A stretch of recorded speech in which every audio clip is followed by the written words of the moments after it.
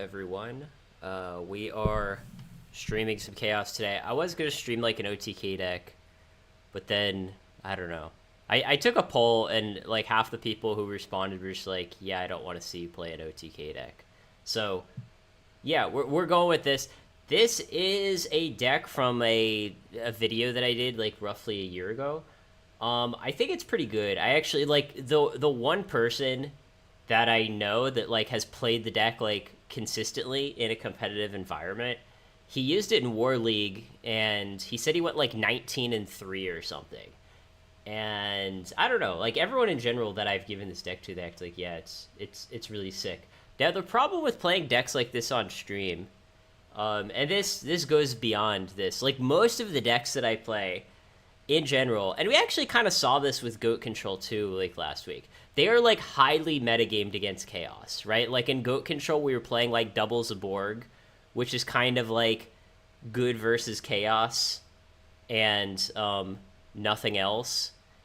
And yeah, and then like we played 0 Chaos decks, and Zaborg just looked like a terrible card. Golem Sentry is like kind of along the same lines, where this card is. It is actually like a mirror winning card. Like if you draw this in the mirror and they don't like immediately have an out to it, it basically wins you the game. And unlike some other cards that are good in the mirror, like say Magician of Faith, it doesn't lose to Mind Control. So it's actually an amazing card. But then the problem is, if we just never play against any mirrors, well then like Golem Sentry is gonna look terrible. Like it's really bad against warriors, but yeah, I think it's better than like a lot of the other tech that people play for the mirror, like Mind Control, for example. Yeah, change like the side a couple of cards from the video. I don't know. Side, if you tell me like, oh, this is a terrible side and it needs to be changed, I don't know. Maybe you're right. We'll see. We'll find out. And yeah, DB was down for me up until like, I don't know, 10 minutes ago. I thought I actually was just not going to stream today. At first I thought it was my internet connection, because DB, it was like it was loading like really slow. So I thought, oh, maybe it's my internet connection, but then it just wasn't loading at all. And then I went to like, oh, is it down for everyone or just me? And then it said, no, DB's actually down for everyone. But it's back now. So yeah, I hope that we play against like some sort of meta decks, right? Like it's so weird because I'll play off stream, like I'll play 10 games off stream, and like 5 out of 10 will be against like standard Chaos decks. Then if I play like 10 games on stream, I'll play 0 Chaos decks and like 5 water decks. It's very strange. I don't know why it works that way, if I'm being totally honest. But yeah.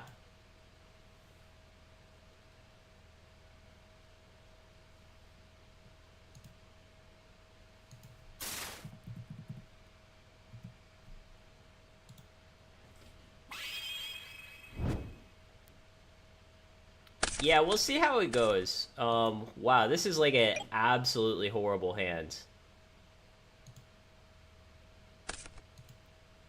Not only did we like open double Thunder Dragon, but we also just like have Sinister.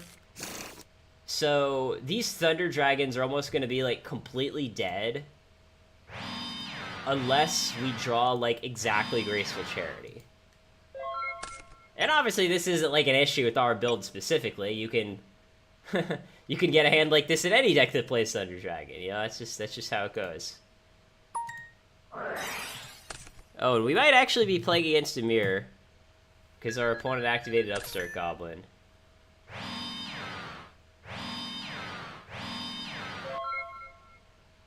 I think I am gonna hit something. I didn't want to hit the jar. I wanted to hit, like, the Raigeki break.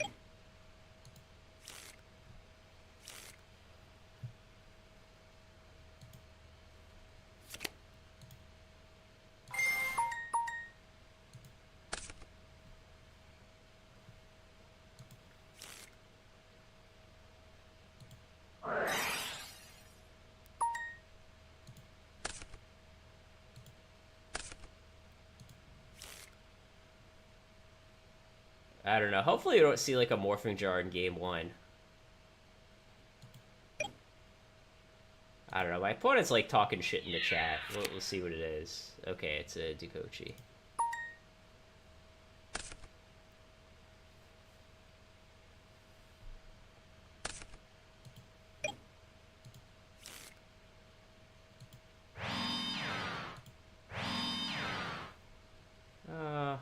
To be honest, I probably shouldn't have set the Solemn there.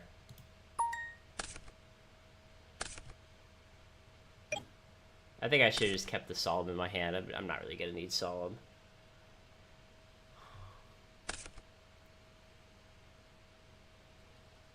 Why is he discarding Dark Mimic?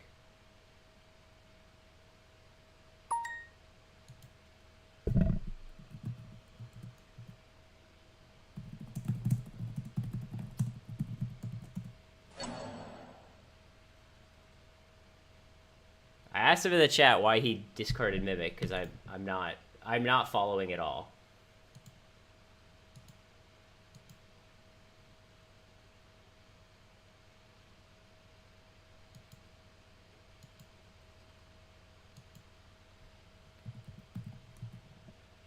Okay, apparently my opponent thought that he could discard his Dark Mimic level 1 and level it up to level 3. That's apparently what my opponent thought Dark Mimic level 1 did. That, by the way, if that was how it worked, that would be absolutely insane. Like, it would just make Dark Mimic... like, Dark Mimic package would just be like a staple in almost every deck if it worked that way. It would actually just be freaking busted.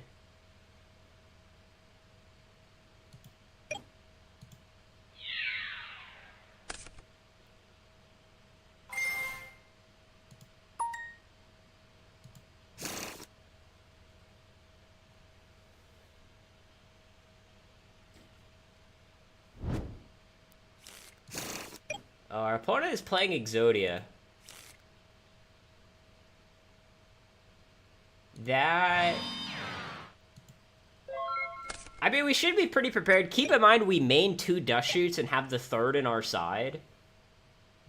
But yeah, here I was thinking I was playing a Chaos Mirror. I'm like, okay, Upstart Jar Jar Dukochi. It's a Chaos Mirror. Nope, it's never a Chaos Mirror, because it is impossible for me to play a Chaos Mirror on stream. It just doesn't happen.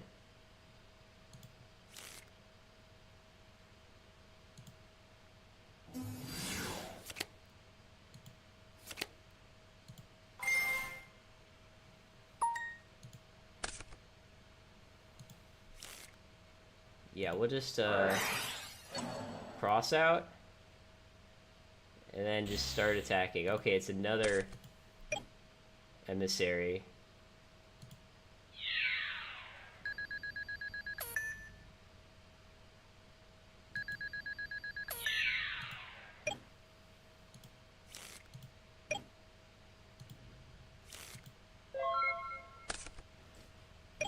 Okay, so our opponent has 6 cards in hand. We know that 1's an Exodia piece.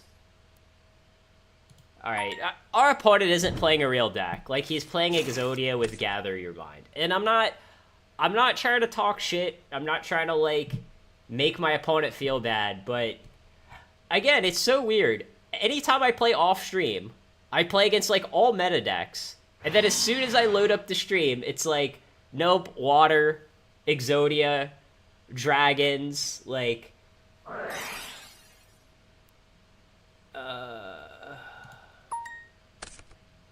Yeah, I'll let him Reckless. Basically, it's like, he needs to get Exodia this turn. You know, if he doesn't, he's just skipping, like, 2 draw phases. So yeah, I'm fine with letting him do all this. Who knows? Maybe it's like Exodia Chaos somehow.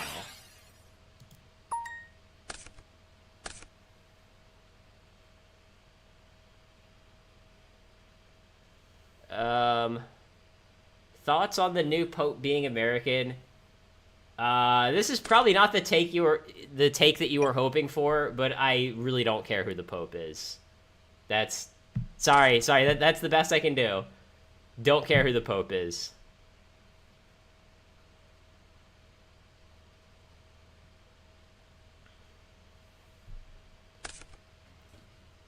Exodia and Goat really isn't viable, and like a big part of the reason is just the fact that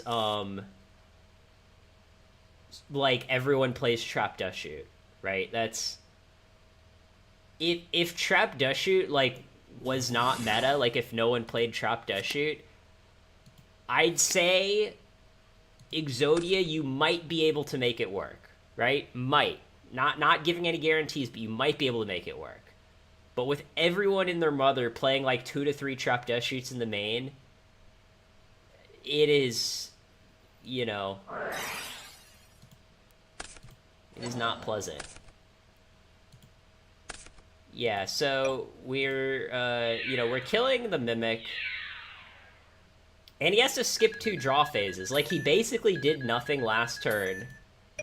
And now he's just skipping 2 draw phases. So, so good luck. And I actually, in my underrated GOAT format cards video, like, I did talk about Reckless Greed being underrated in GOAT format. But the problem is, when you Reckless, you basically have to make sure that you win the turn that you Reckless. If you don't, then all of a sudden, you know, not the best card. Oh, yeah.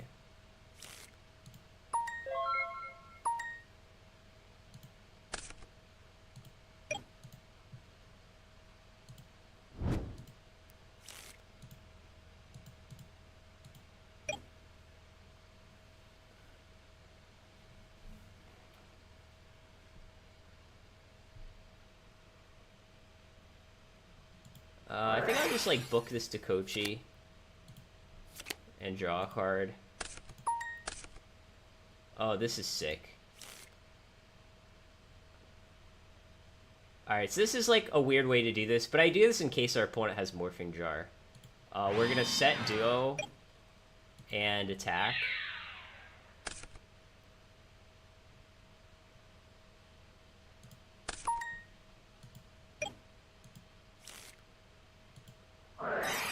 And then main phase 2, we activate Duo.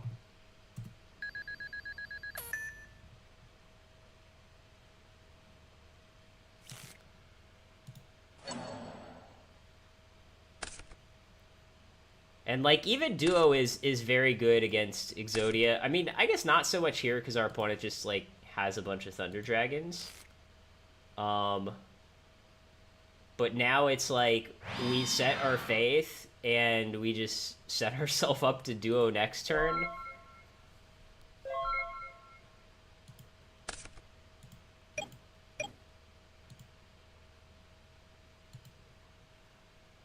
Oh, I think, like, you know, I don't know. I'll just do this. I'm doing this for info. Like, we have game, but I want to Duo him before we attack for game, just because I want to see, like, what other cards he's playing.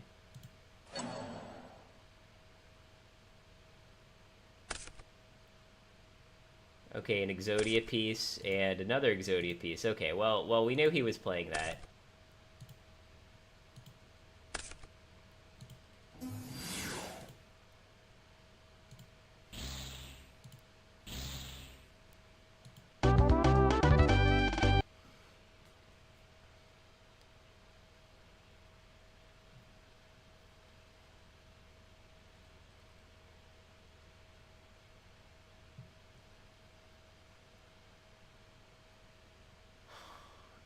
Osaka Castle. Dust Shoot, it's pretty mandatory in Warriors. I don't know. To me, if you said, I'm gonna play Warriors but not main Dust Shoot, I'd be like, why? That doesn't really make a whole lot of sense.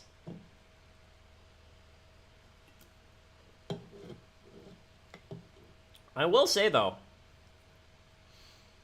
even though I thought this was a Chaos Mirror and then it wasn't, I still think Golem Sentry is pretty good in this matchup. Like, just go Golem Sentry, bounce back your Emissary, attack you for 800, set the Golem Sentry again. Against any deck that's, like, setting a lot of monsters, Golem Sentry is really good.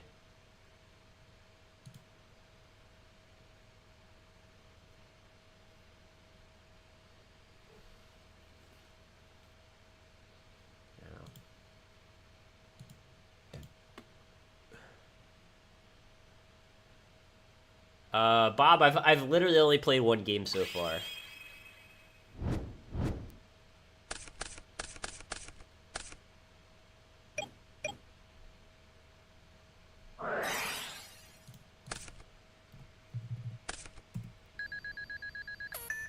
And as far as like why Jowgen's in the side, it's just the best side deck card in matchups like Reasoning Gate.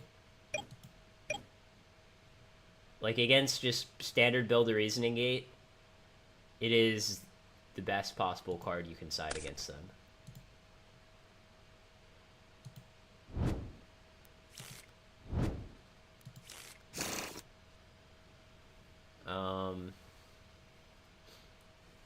And now it's a question of do I set like Golem Sentry or Dekochi? I think I'm just gonna set Golem Sentry.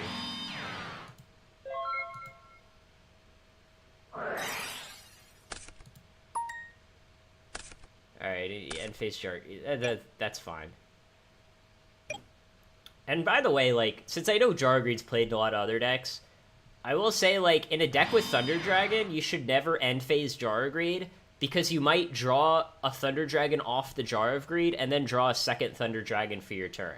You should go to your draw phase, see what the card is, and then, you know, depending on what that card is, you can, you know, you can then decide, okay, I want a Jar of Greed. The first set monster didn't do anything, so I'm just going to Golem Sentry the new monster.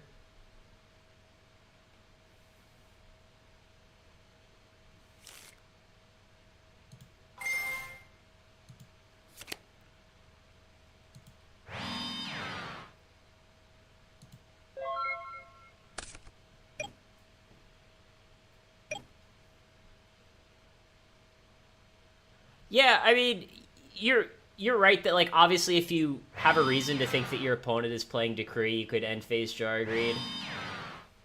But, I mean, I don't know. Most people don't main Decree.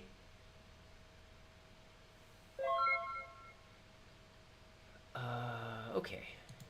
Yeah, we'll just say go.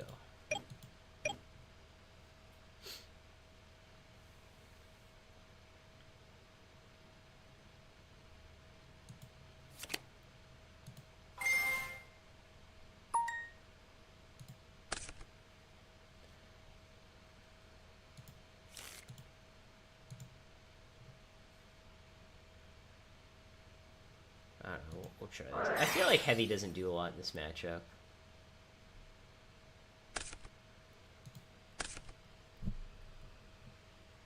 Well.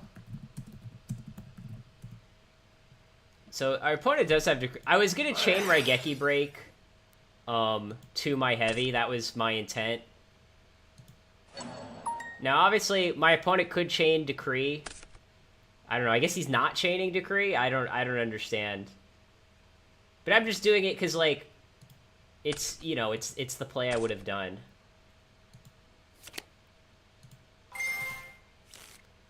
I don't know. Our opponent doesn't really know what he's doing here, I think. I mean, it's not really, again, it's not really meant to be an insult. Like, everyone starts out as a new player.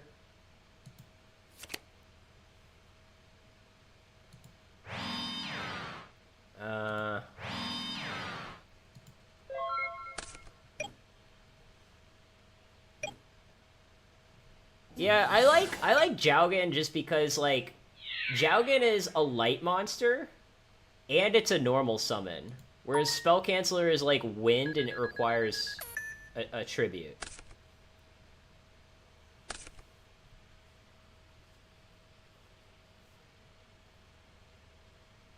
And yeah, Heavy Psalm can definitely be good. But yeah, it's weird that our opponent's playing, like, a lot of traps and Decree. Like, I don't think I've ever seen Jar of Greed and Royal Decree in the same deck before. Oh, and last turn I forgot to set my other Dekochi. I did kind of want to do that. Sometimes I get distracted talking to the chat, then forget to do something.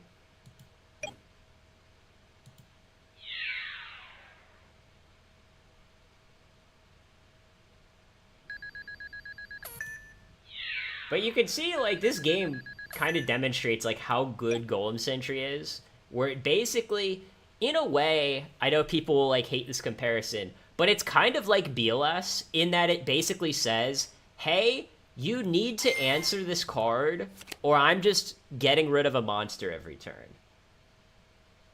Right? Hopefully that makes sense. Now, I'm not saying Golem Sentry is as good as BLS, obviously, but it has like a similar function in terms of like, you know, what it actually does.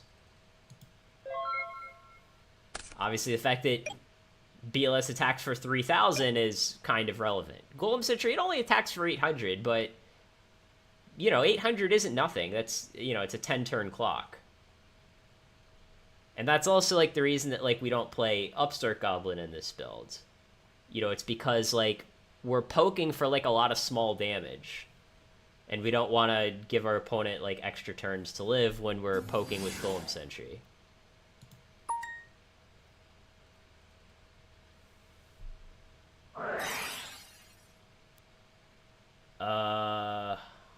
Okay.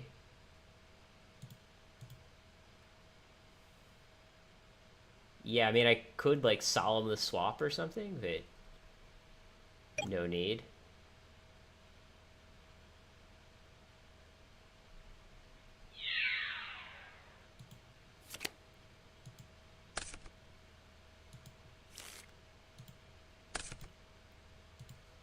We do have Light Dark in our grave, but no Chaos Monster at the moment.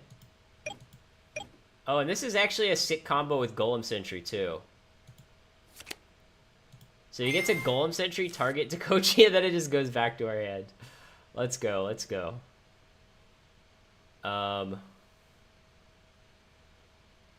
We could just summon a monster and try to go for game, but I'm going to be nice. I'm going to give my opponent... I'm going to give him more turns to live.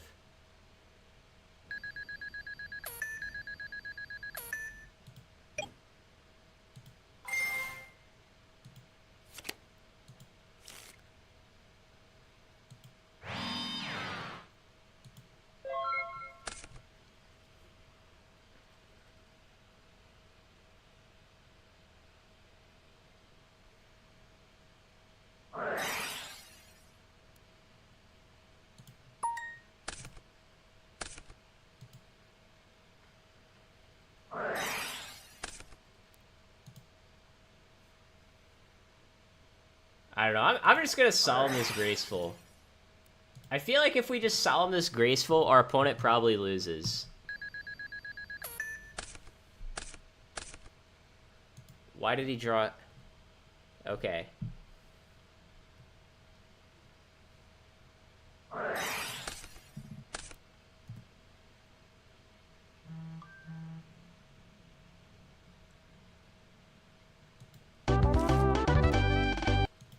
Yeah, I mean, Snatch can counter Golem Sentry, but you notice we have like a lot more outs to Snatch than most of these decks. Like we're playing a Book of Moon, we're playing Solemn, we're also playing like the main deck MST.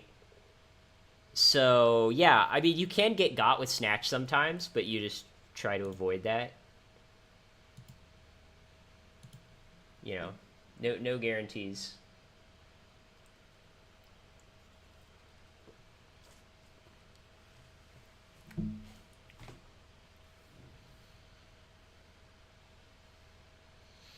I mean, part of, like, playing any sort of control-less deck is sometimes you just gotta, like, you know, try to play around stuff, depending on how the game is gone.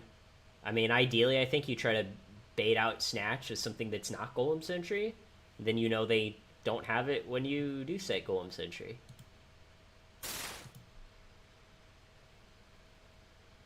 No, I mean, Snatch on Golem Sentry is definitely quite good, because the Golem Sentry resets itself, and then you're not gaining 1,000 off Snatch, so... and our opponent is playing 41 cards, which makes me think it's probably not a Chaos Mirror. Because not many Chaos decks play 41 cards. I mean, I won't say it's never happened. But yeah, given that our opponent's playing 41 cards, I don't think we want to set the Golem Sentry. Also, we don't have anything to protect it. Like, the reason that we're playing double Saku is primarily to protect Golem Sentry, but we don't have it, so I'm just going to set Dakochi. And basically, if our opponent doesn't out Dakochi, we can just start looping it with Tsukiyomi.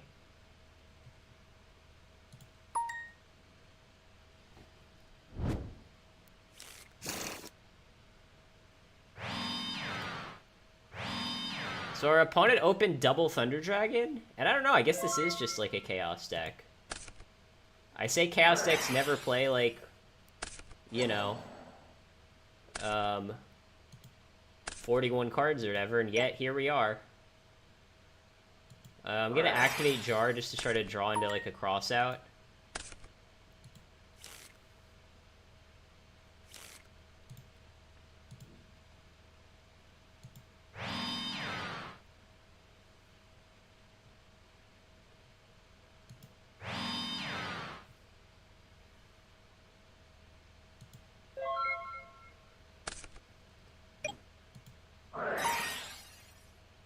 Oh, I should have waited for Sinister.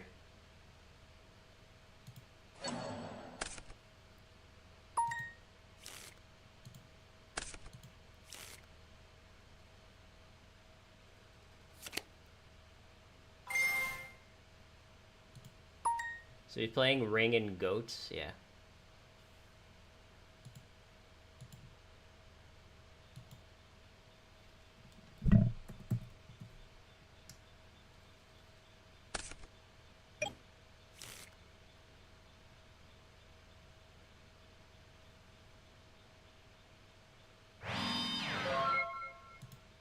Is Golem Sentry mandatory? Yeah, it actually is mandatory.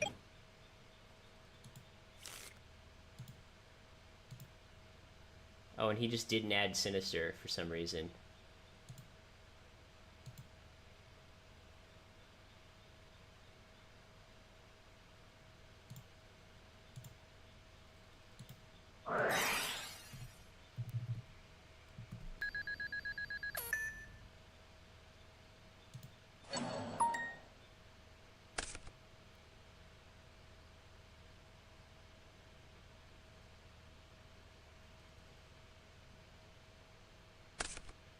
Okay, so the set card is...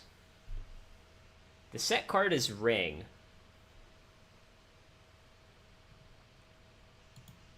Yeah, I'm just gonna go full retard here.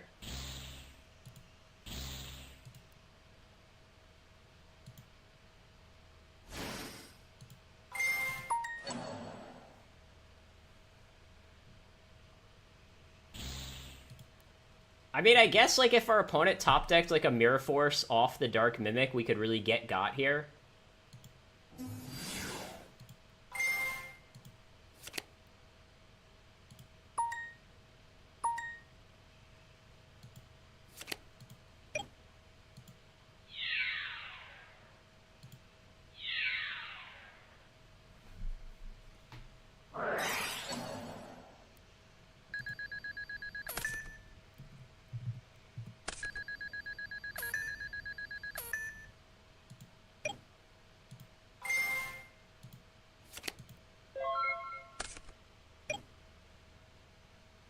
So yeah, like, top-decked meta would probably be, like, the best thing that he could get. He has a Sinister, 2 cards we don't know about.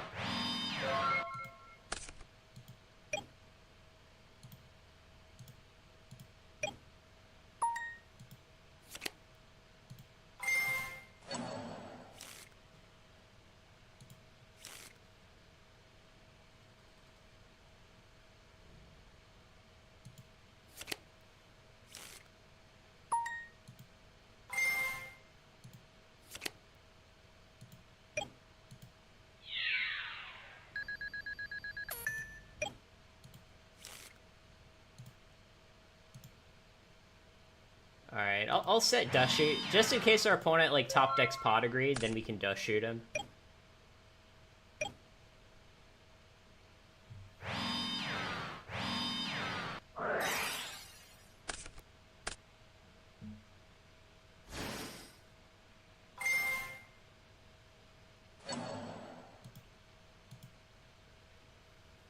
And yeah, our opponent did top deck the meta.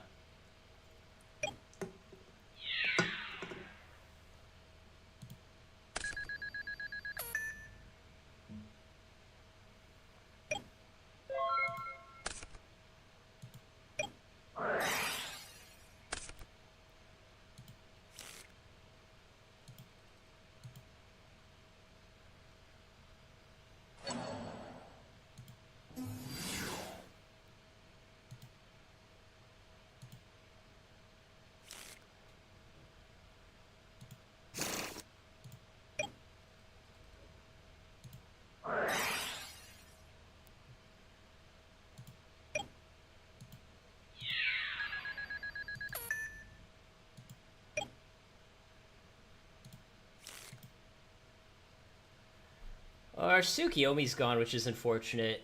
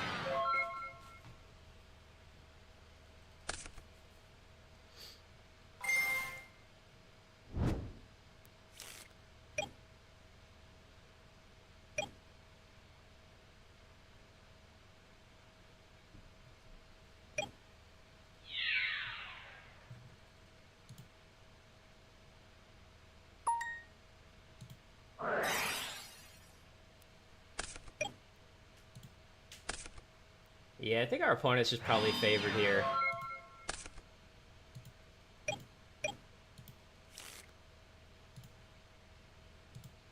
Alright, because yeah, he has Faith set. He's just gonna like Faith for meta, and then, well, I don't know. I suppose anything could happen. Oh no, it's Sikochi, okay.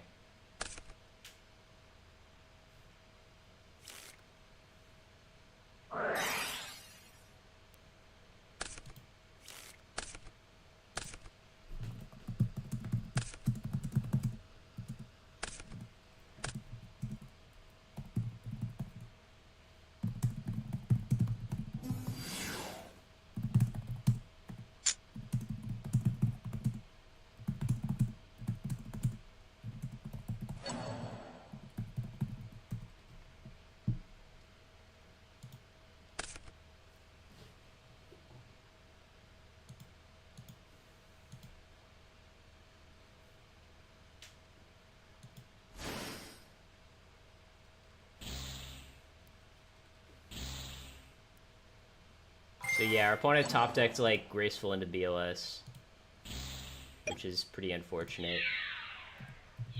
And he decided not to go for game.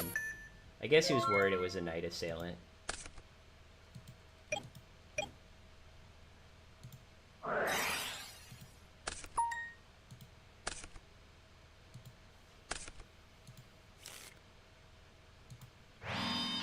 I don't know. Our opponent is like probably just never playing into this torrential, but you know, who knows? Maybe he will.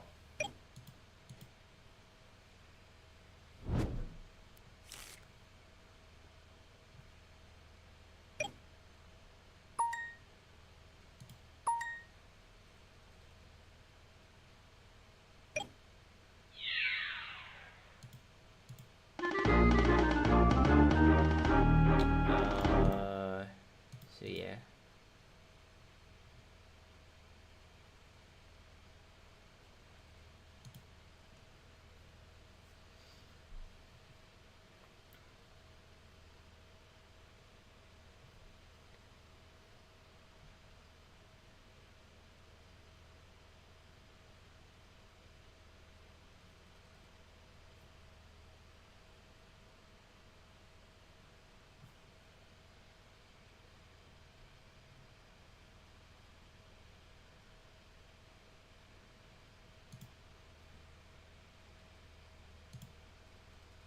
I actually don't like Heavy Storm in this matchup very much. But I don't really want to go down to like only 8 spells.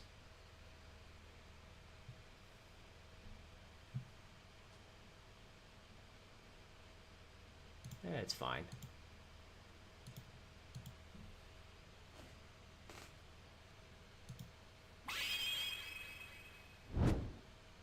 I mean, I'm not going to be citing in a second book for a mirror. But yeah, the main reason that we lost that last game was because we had a Sork and a Golem Sentry, and then he snatched our Sork and attacked over my Golem Sentry. So, like, he basically just went 3 for 1.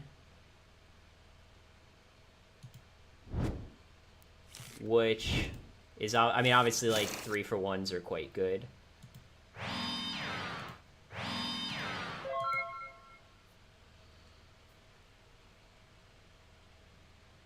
Oh yeah, you're right. I forgot it's not a mirror. He's playing Chaos Control.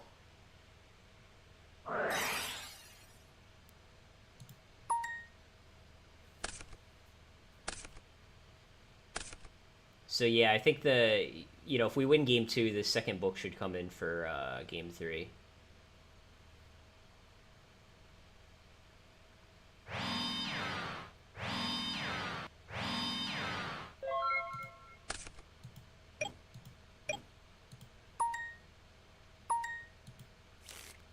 This is not a very good hand, to be honest. Like, we have a lot of monsters.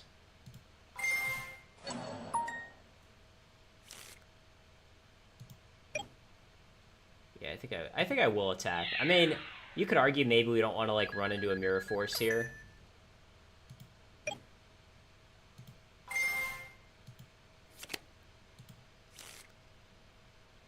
And I'm gonna set the Assailant, just in case he outs our Golem Sentry somehow.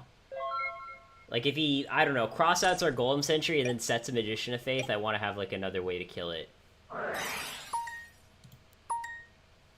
And if our Night Assailant ends up dying somehow, then we have Light and Dark for Sork.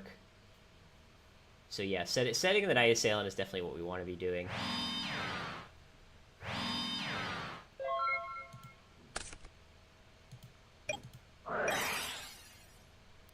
Yeah, see, so now he's gonna kill our Golem Sentry. But now we top deck Crossout, which makes our hand a bit better.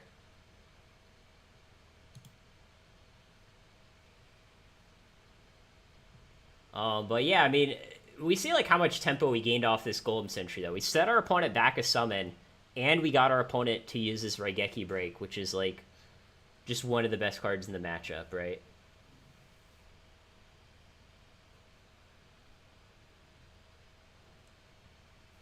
I don't know. I think we probably just want to cross out.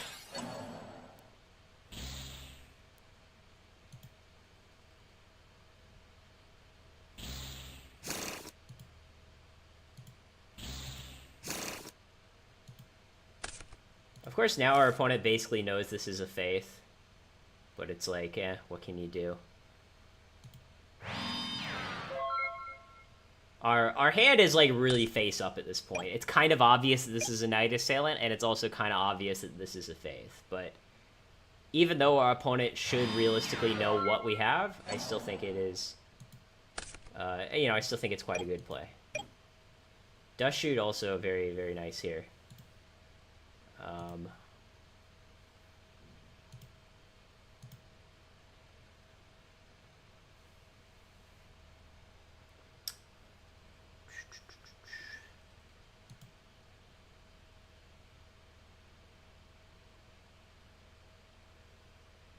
Yeah, now it's like, do I want to Night Assailant, hit the monster, or do I want to go Faith Crossout?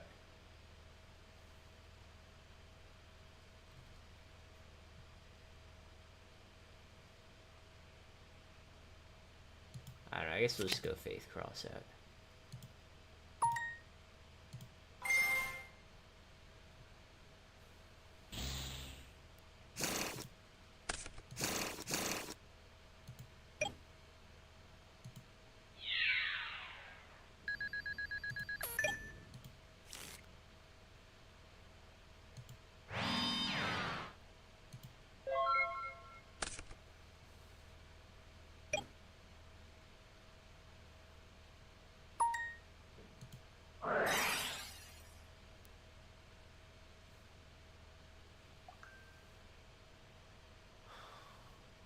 Okay, well, we're definitely getting rid of BLS.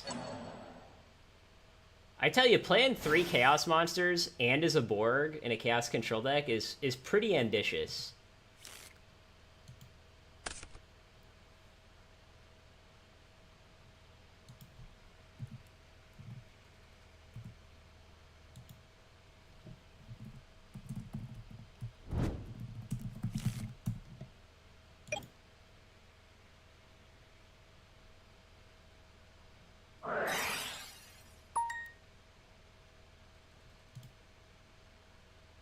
I'm just gonna Solemn. I'm just gonna do it. Just because, like, we know our opponent's entire hand.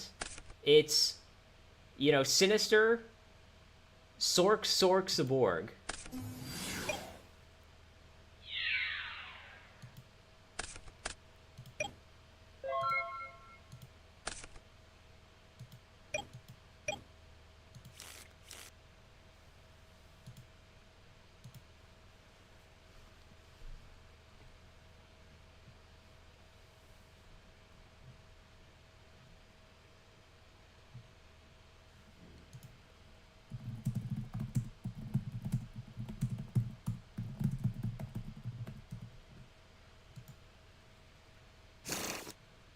And yeah, I don't know what it is, like... I swear, like, thanks for reminding me, guys, because, like, 90% of my opponents just don't shuffle after Dust Shoot. And... I don't know, I don't know why. But yeah, you know what? I'm just gonna go Sinister, attack for 300. And there's nothing you can do about it.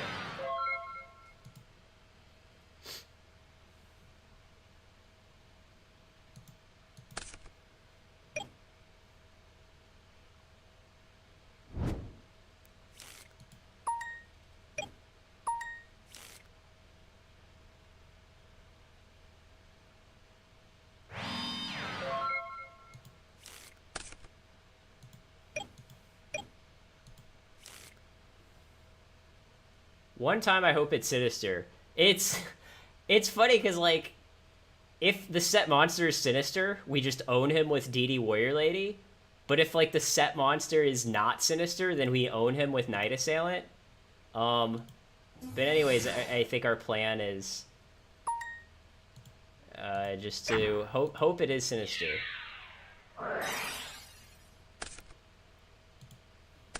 Alright, well, if he's Mirror Forcing our Warrior Lady, I think it's Sinister.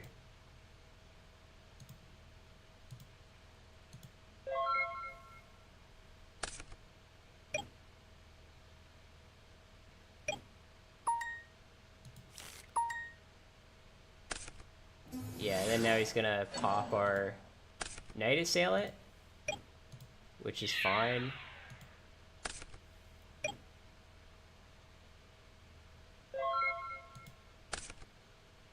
Oh, this is such a sick draw. This is such a sick draw. We top deck Kaiku with a Sinister in his grave, and our opponent has double Sork in hand. That is actually just disgusting. That is actually disgusting. I guess we'll play Sork in attack. Just in case our opponent has, I don't know, Ninja Grandmaster.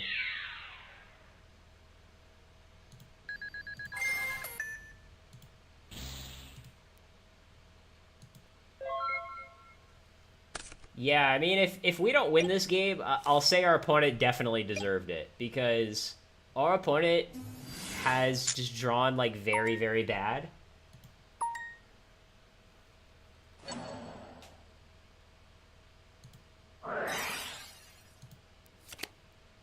And I'm doing the book this way to play around like a Snatch Steal.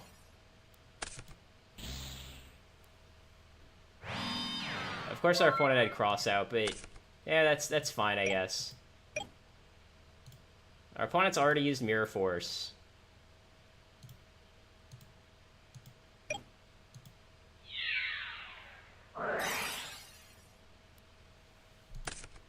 Well, Ring is very good.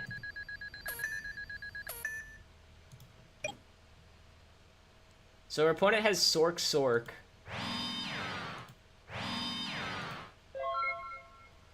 And a Breaker. I mean, we're just gonna let this go through.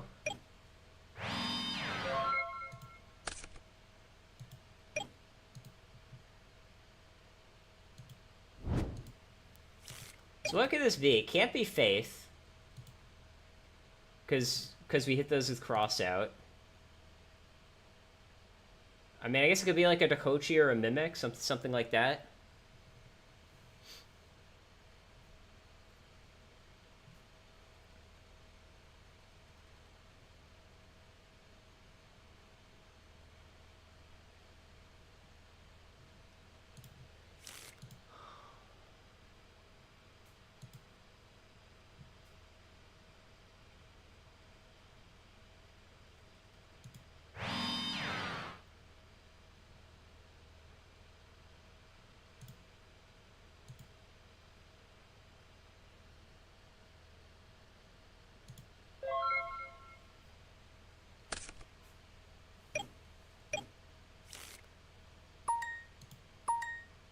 So yeah, Sork Sork, a card we don't know, and then a monster we also don't know.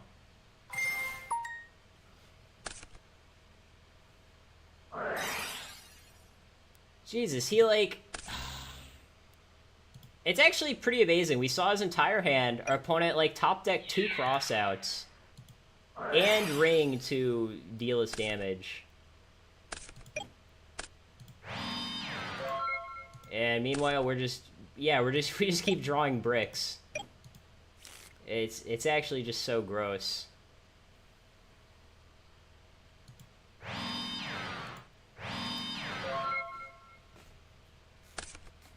Yeah, I mean, I felt good after the first crossout, because I'm like, okay, great, like, he used the crossout on our Sork, and now he can just set the Sinister, and then, you know, odds are he's not going to have another crossout. But of course, like, he just did have another crossout. Yeah, I mean, I will say it's like our opponent, like, drew almost the exact, like, perfect sequence of cards. I mean, it's not, you know, maybe it could have been slightly better. But given that, like, Pot and Graceful were gone, you know, it was a very good sequence of cards.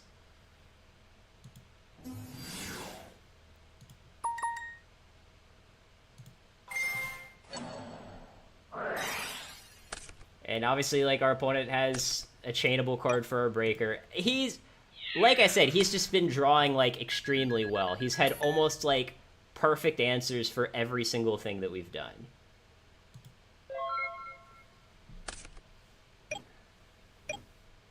Now, he does still have 2 dead Sorks in his hand, but, like, he's gonna draw a light monster eventually, right? Yeah, so now he just plays, like, you know, a Sork, and now we just lose. Because, I mean, he can even play double Sork if he wants to.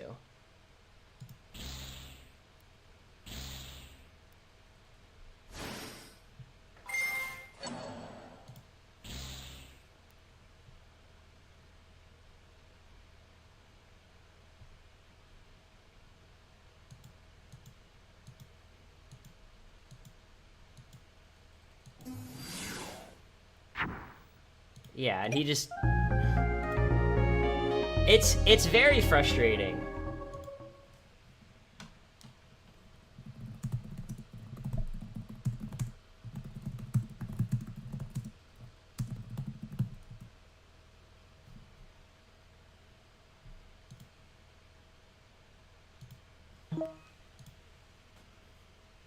Yeah, it's very frustrating.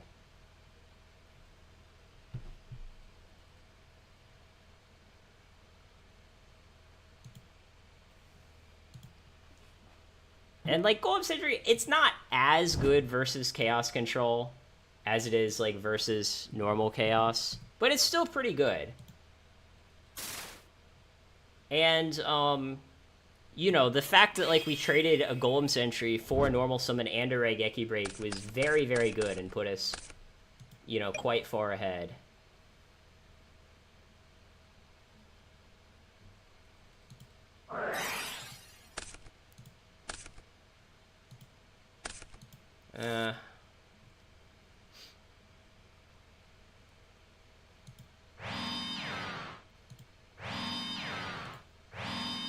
I'm not super in love with this hand. Like, if our Dakochi gets hit by a crossout, this is not a very good hand.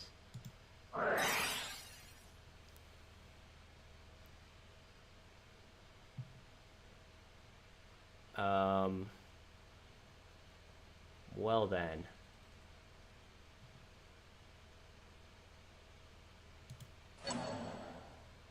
So he's got Reasoning Goat, Snatch, level 8 Jinzo.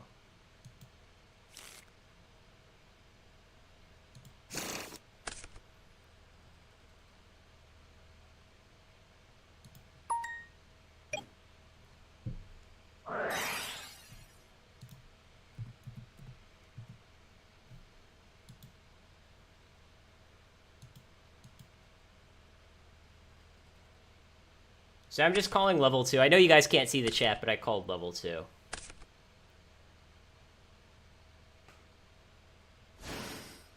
And he could tribute for Jinzo here.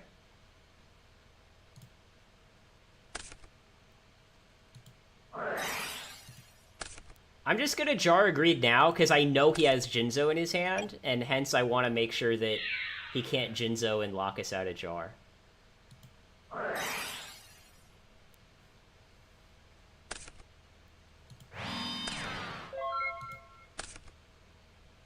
And there, I guess he decided, oh, I won't Jinzo because our opponent already used his trap, and then we, like, kind of got him with Saku.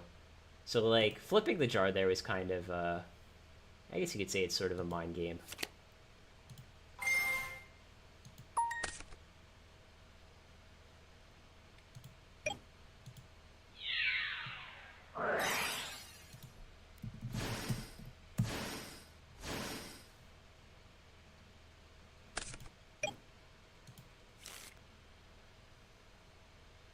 Yeah, I mean, it's easy to say in hindsight, oh, he should have played Jinzo. Honestly, what I think was the play for him was to just not activate Reasoning, set Goats, and say go. I mean, that's... I mean, I will say, I don't, like, 100%, like, know what his deck list is, but in general, in that kind of spot, like, your opponent dusts you to, you're starting with 5 cards, like, you probably don't just want to burn your Reasoning right away.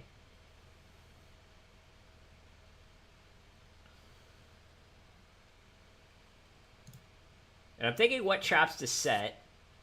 Our opponent, like, you know, he's got Jinzo, Snatch, and a Horse level 8.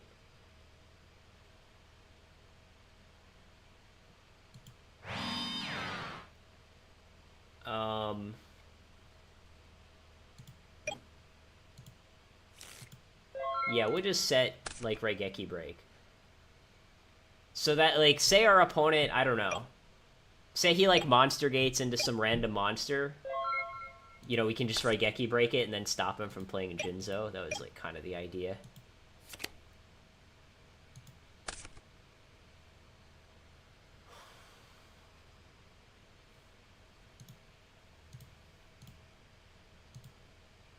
Well, I guess I'm going to discard this. I do want to thin out my deck. I might have to discard in the end phase, which is annoying. Or maybe I should just set some more back rows.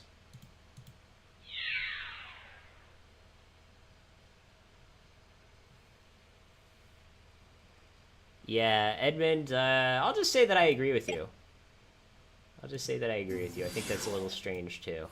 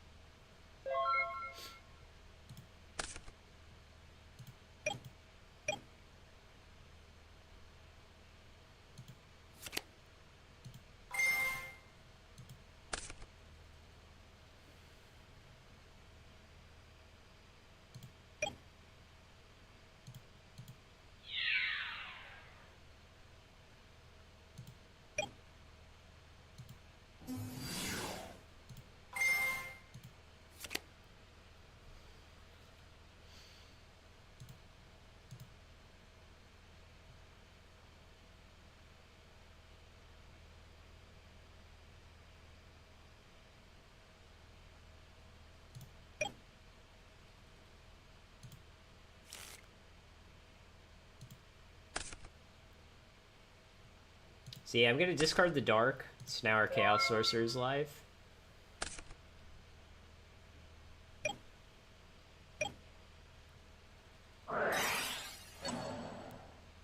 Huh, he plays Crossout in his Reasoning Gate deck.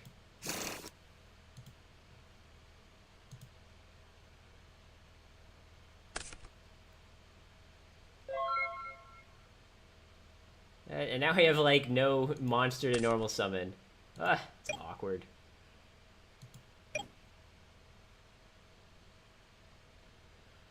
I don't know. I think we just need to drop the Sork. I kind of hate it, but the problem is in this kind of matchup we can't just keep saying draw go. You know, we gotta like actually do stuff. Especially given that our opponent's playing Cyberstein. Like, we want to actually be attacking for damage.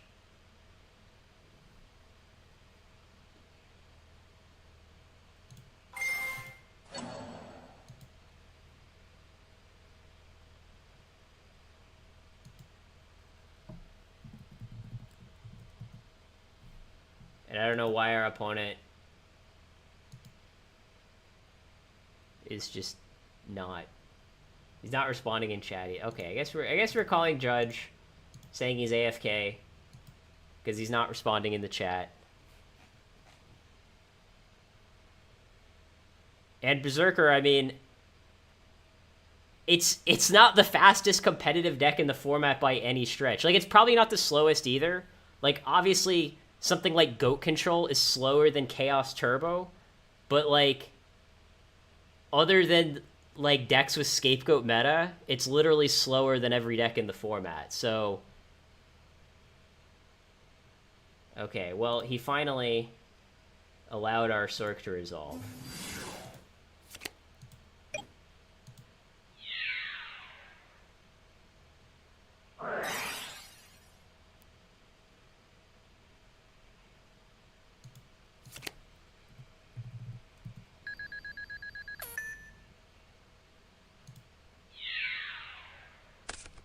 And we know our opponent has Snatch, that's why he... I mean, he shouldn't have used the Ceasefire at that particular timing, but that's why he's using Ceasefire.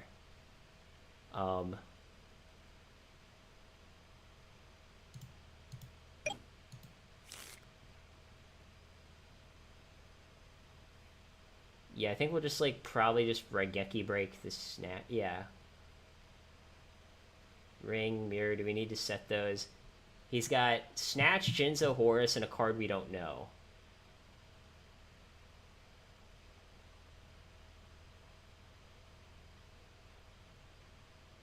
I don't know, I think I will set the Ring. Just because if he Steins us, we get to Ring for game.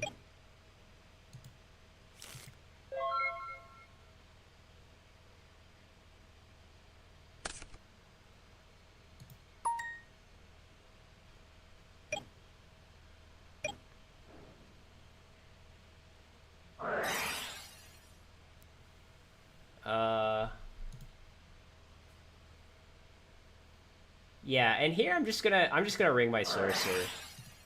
Just because it puts him out of Stein range. Like, in this kind of matchup, it's just all about putting your opponent out of Stein range.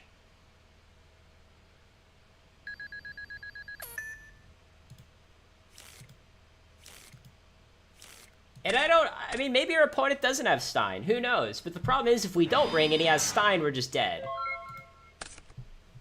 So, you know, you gotta do what you gotta do.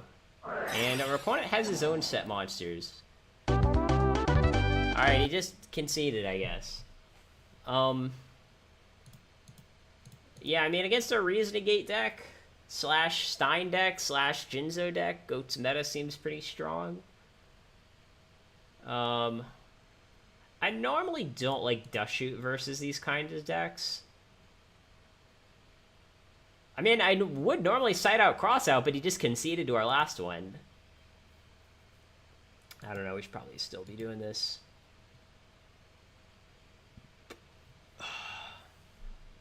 I don't know how much I like Jaugen here either. Like, Jaugen's very good against the average Reasoning 8 deck, but his seems like kind of a weird build. Yeah, I mean, he probably did have Stein. Like, we can check the replay after. Oh, he probably set Stein. I think that, yeah, that's what happened. Because I was thinking, huh, he had a set monster. That's weird. But then it was probably the Stein that he set. Yeah, we'll check the replay after. But yeah, I think he probably had something like that. And this is like another matchup where like I don't like heavy a ton. I don't know. I have a lot of cards to side out. Golem Sentry is pretty bad in this matchup. Kaiku could come in against Reasoning Gate decks, but I don't think it like comes in against this build.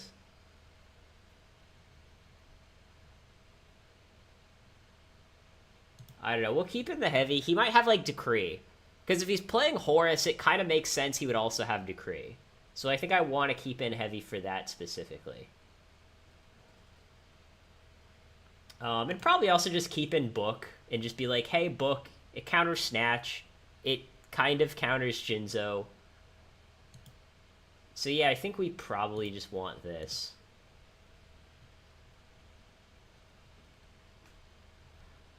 I think, like, Dust Shoot, I think it could be okay when you're going first, though. Like, when you're going first against Reasoning Gate, I think it's a little better.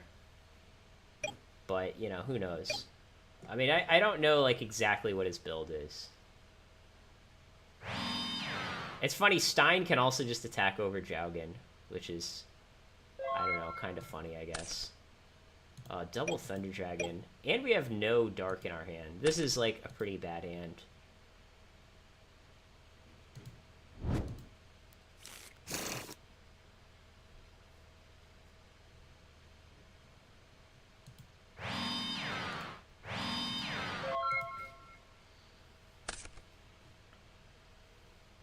I would guess his deck is, like, probably not playing Crane? I don't know, it could be.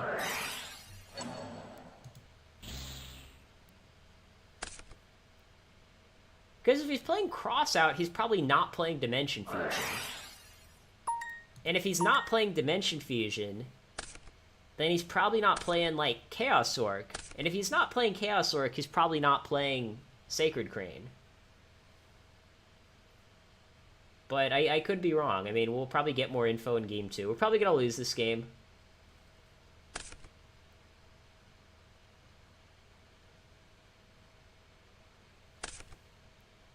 Oh, he discarded Stein.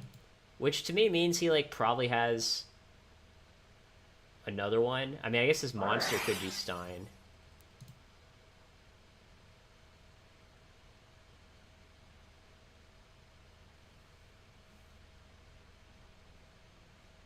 Thinking of calling like 7 or 6. Because we saw Fusler, and we saw like Horus. We saw Horus level 8, which means he's also playing level 6.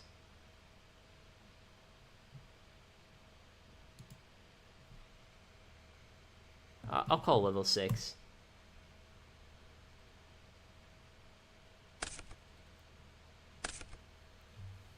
Oh, he's playing Air Knight. I mean, I definitely wasn't calling level 5.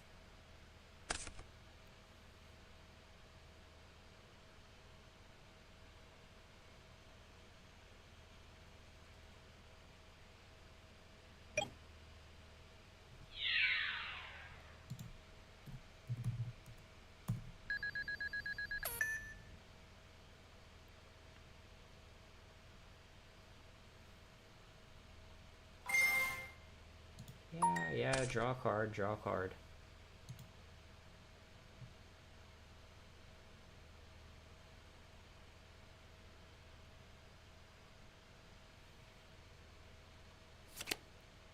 Okay, well that answers that question. He is playing Sacred Crane.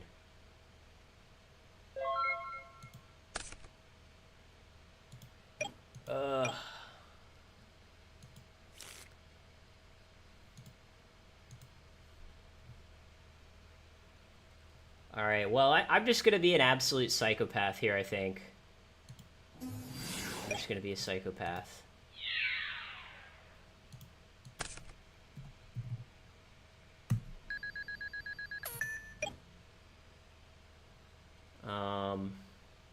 Yeah, I guess we'll special summon this and attack.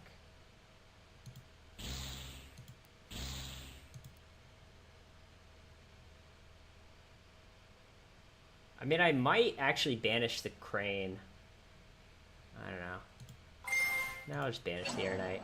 Because, like, the Jowgit in our hand, it can kill the Air Knight, but not the Crane. So I'm thinking, like, if we get rid of the Crane and he outs our BLS somehow, then we have Jowgit to kill Air Knight. But then he'll also draw a card off Air Knight. I mean, I definitely think our opponent is still, like, massively, massively favored here.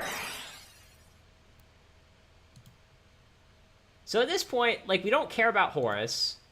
We don't care about Fusler. Basically, there's only 2 cards we care about, right? Demok and Stein.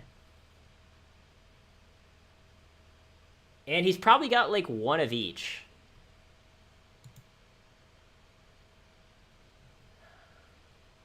It's so weird. Why did he discard the Stein to the Graceful? Like, is he just saying, oh, I have another Stein in hand? Alright, I'll call level 8. It might not be the right call. I guess we technically don't even know he plays Demok. Yeah, Jinzo I don't care about.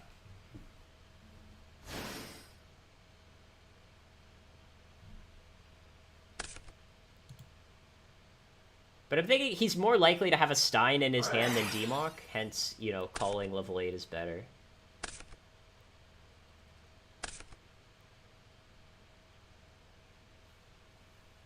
Now, he technically has priority after this gate resolves. But if he were to, like, I don't know, activate a random spell, we could chain book on the Stein. Yeah, I mean, 2 Stein is kind of the standard number for a, for, like, a Reasoning Gate deck that plays Stein.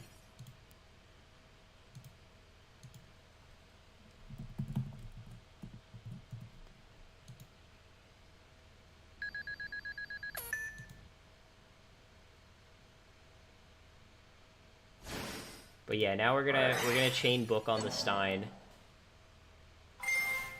Yes, you draw a card. I know you draw a card.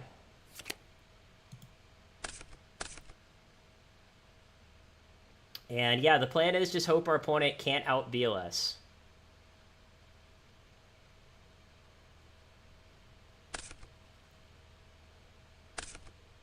Oh, he has the Demok in his hand. Oh, it's so sick.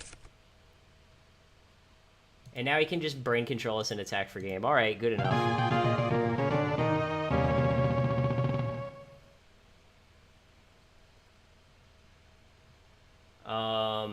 Okay.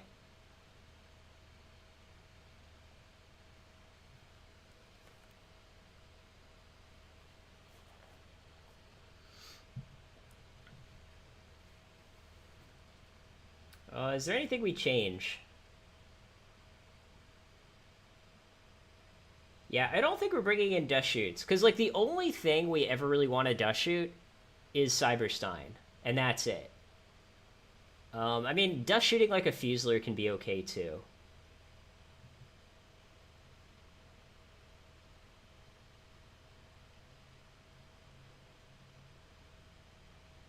Yeah, Anthony said we could bring in Warrior Lady. Problem is, I don't know what we're taking out. Yeah, what are we taking out for Warrior Lady, though?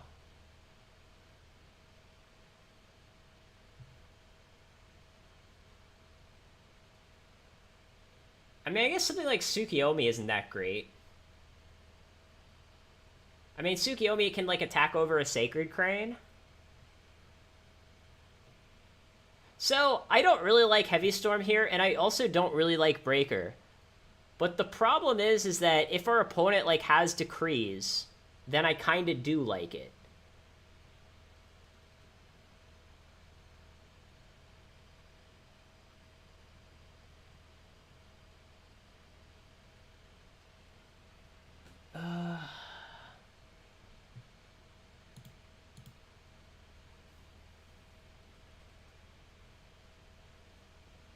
Alright, well, I'll take Anthony's advice, and here's why I'm taking his advice. Because if it doesn't work, I get to blame him for losing. And remember, life is always about when you fail at something, you always want someone else to blame for your failures.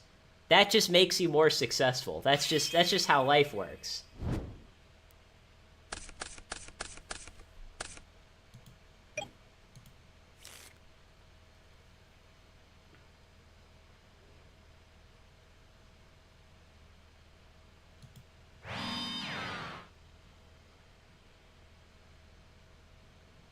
Alright.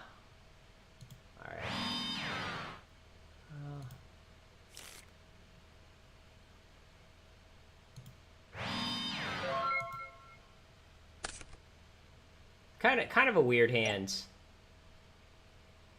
Like, I kind of want to set goats, but, like, goats is just so bad with spy that I'm like, maybe I should set Saku instead. And, like, protect ourselves from, I don't know, say he, like, reasonings a Fusler into play and attacks, then we can Saku it and keep our spy.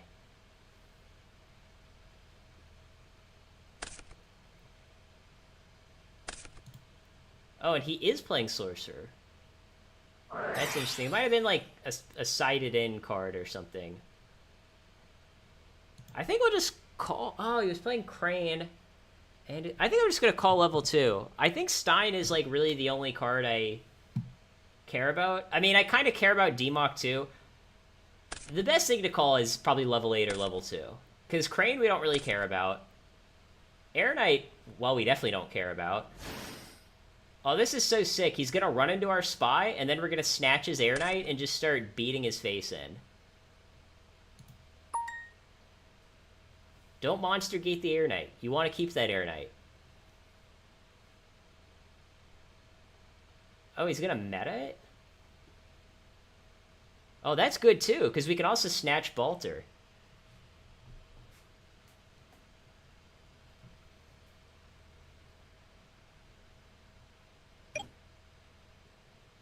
All right, let's go.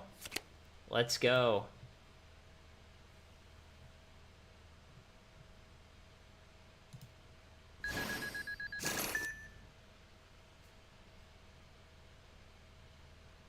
Yeah, I'm not gonna lie, Spy can be pretty good against Reasoning Gate. I mean, it's not like the nuts or anything, but this is one of those situations where, you know, it's pretty good. I think I'm actually just going to go Snatch Attack, and then meta for Balter, main phase 2. Just because, like, it shuts off spells, which we like. And it also means that our opponent can't kill Snatch to get his Air Knight back, which is also kind of nice.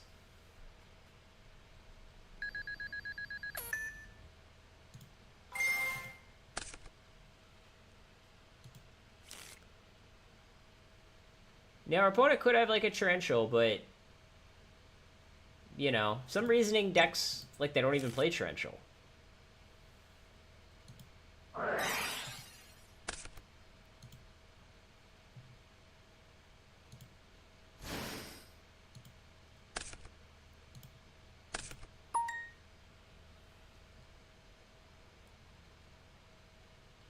And now this is, like, kind of sick, because, like, we don't have to worry about Heavy, we don't have to worry about Trunade.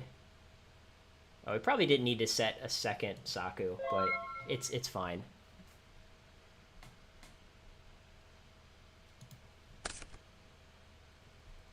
Yeah, we could have attacked with everything. I mean, next turn I think I will, because, like, if our opponent had Mirror Force, he probably would have used it on Air Knight, right? Oh, you're right. We did put a light in his grave. That's a good point. But he did mill one Sork.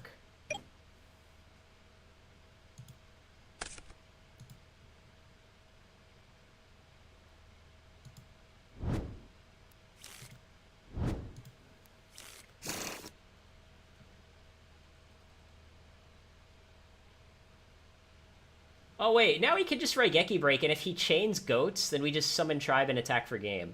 Yeah, we're just gonna do this. Yeah, so we just literally play around everything. This is exactly game. This is exactly game.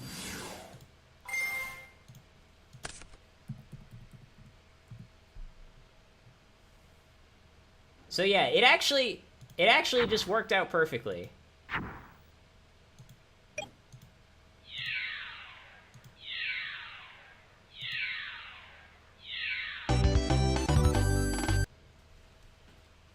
Yeah, and I don't know about you guys, but I feel like you get extra satisfaction when you attack for exactly game. There's something about like the exact game that makes you feel like, like got him.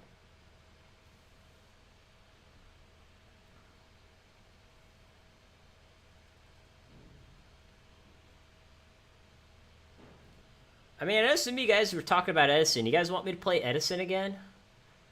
Maybe I'll play like one more game with this. And then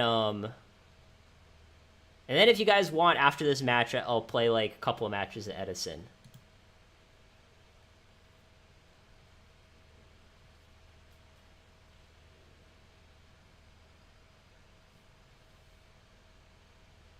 And just in case people don't know, if I do play Edison, I will be playing frogs. I will only play frogs in Edison, nothing else, because that's really the only deck I enjoy playing.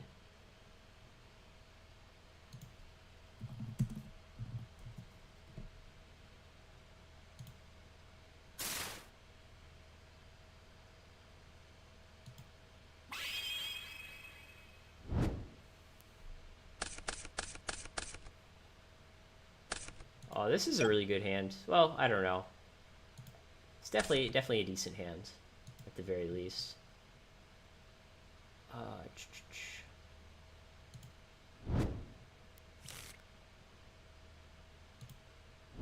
I'm not gonna lie, I do think, by the way, I think in this list you could cut Torrential from the main. Only because, like, this build of Chaos is so...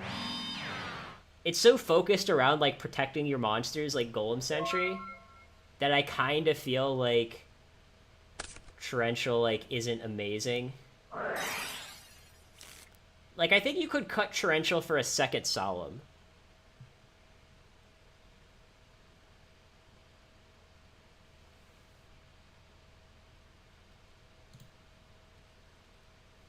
Obviously, here we're sending that koala or cat.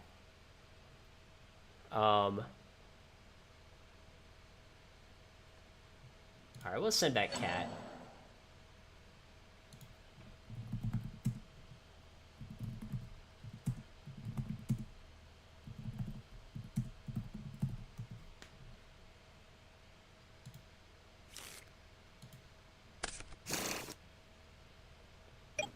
Yeah, I mean, he looks to be playing cat. I will say, it's like, cat is another deck that I feel like kind of suffers from Dust Shoot being in the meta. Because, like, a lot of times with cat, it's like you'll open, like, one dead monster, like a Milos Radiant, and one live monster, like a cat. And then when they Dust Shoot, send back a live monster and leave you with a dead monster. Like, you just kind of hate that. But this is, like, a pretty awkward spot to, like, get hit by, like, Guess Koala.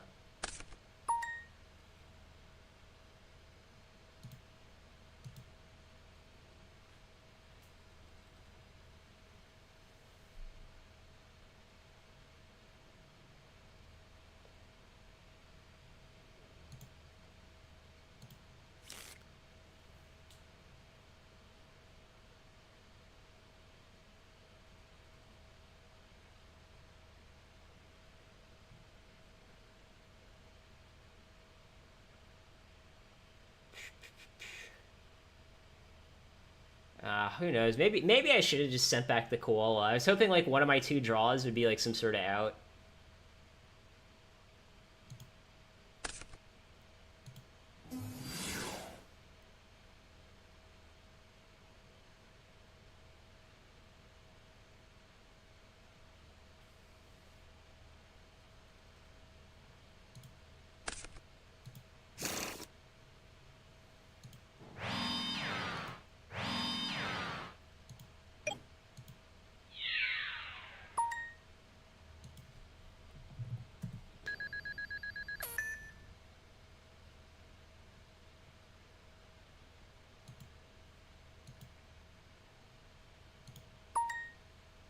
Like, I attacked, he said it's fine, and he's not... Oh. That's weird. I assumed he would have just set Desk Koala like a normal person. I mean, I guess he got me. He got me to, like, use all my resources. I guess what happened is because I didn't send back the Desk Koala, he figured we had a crossout, and then decided to bait the crossout by setting Milus Radiant. See, this is the problem with... Sometimes it's like you just level yourself into making a bad play, and we basically both did that.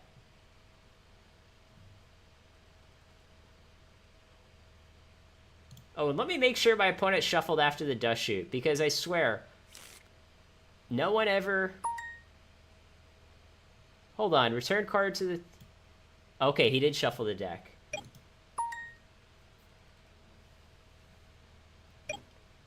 So he's got a koala, a ring, a just desserts, and a barrel.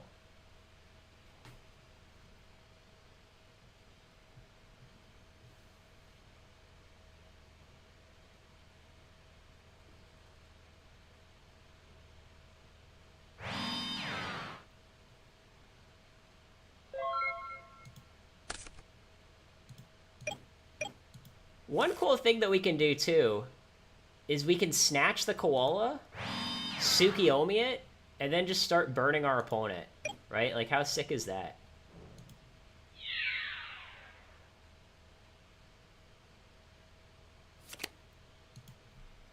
So I take 1,000.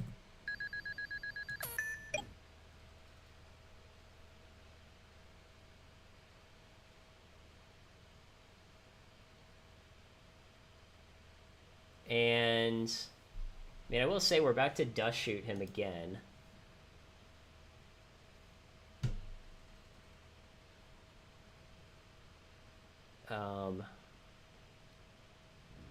The thing, though, is, like, are we ever going to get better value out of Snatch?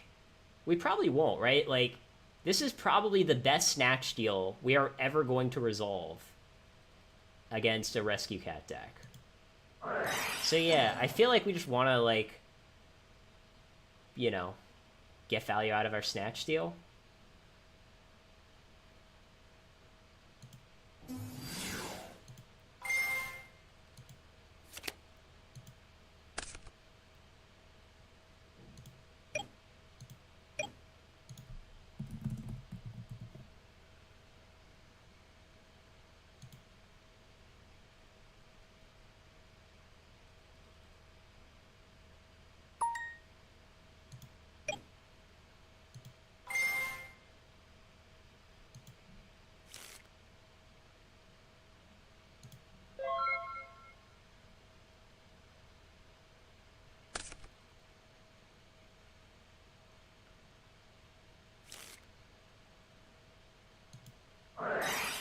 I will say, like, the downside of this play is that if our opponent top-decked an Ojama Trio, that kind of puts us in an awkward spot. Whereas, like, if we just summoned the Sork,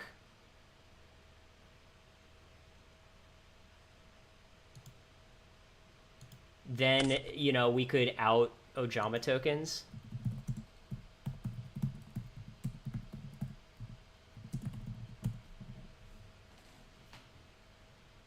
And we know he has ring set now because, you know, we have perfect information.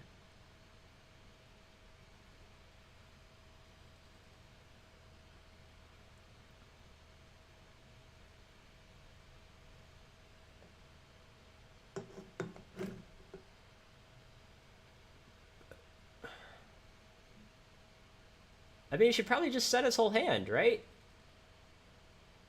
Just set his whole hand and say go. I mean, that's what I would do if I were him. Like, yeah, we might just play Heavy Storm, but, like, I don't know.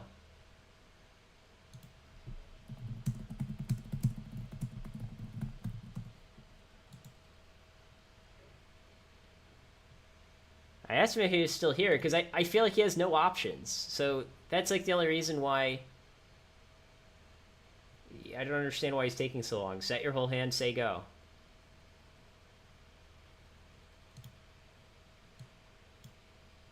Oh, yeah, you're right.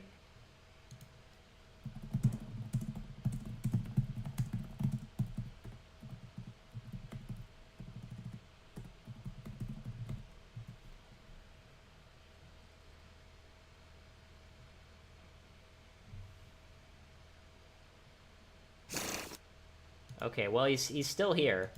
Of course, I asked him if he was there. He just sits there in silence. I tell him he needs to shuffle, and he shuffles.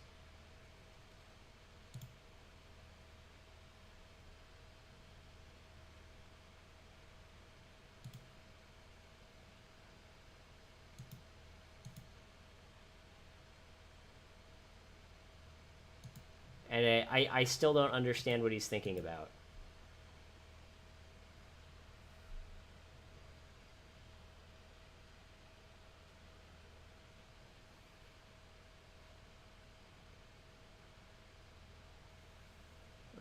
So let's see. Next turn we're gonna draw. He can secret barrel us for 14.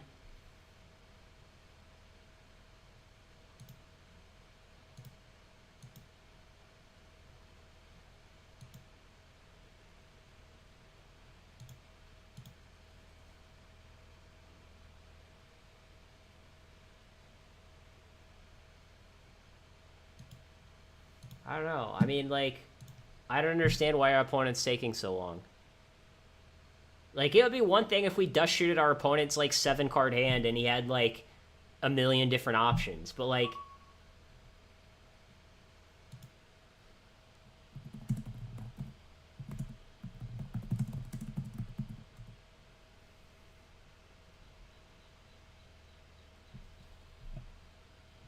I will say, you know, I'm going to be positive. Lately on stream, every time we've called the judge just shows up, like, instantly. It's actually shocking. I don't know if I've just gotten lucky lately.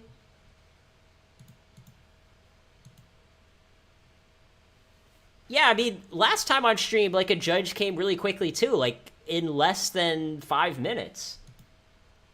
Which, to me...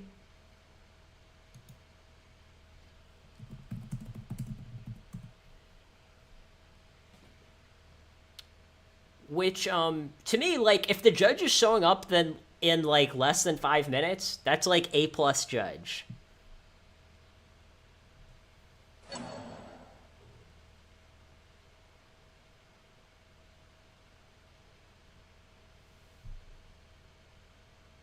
Anyways, guys, let me know if you want me to play Edison next. I mean, we didn't really get to play a real match. Maybe we should play one more.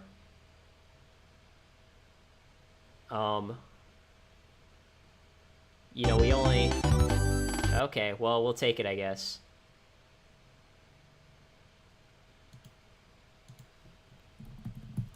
Yeah, nice judge. Told me to have a good evening. I mean, it's not evening for me, it's morning, but... You know, I appreciate your gesture. So yeah, we'll play another one.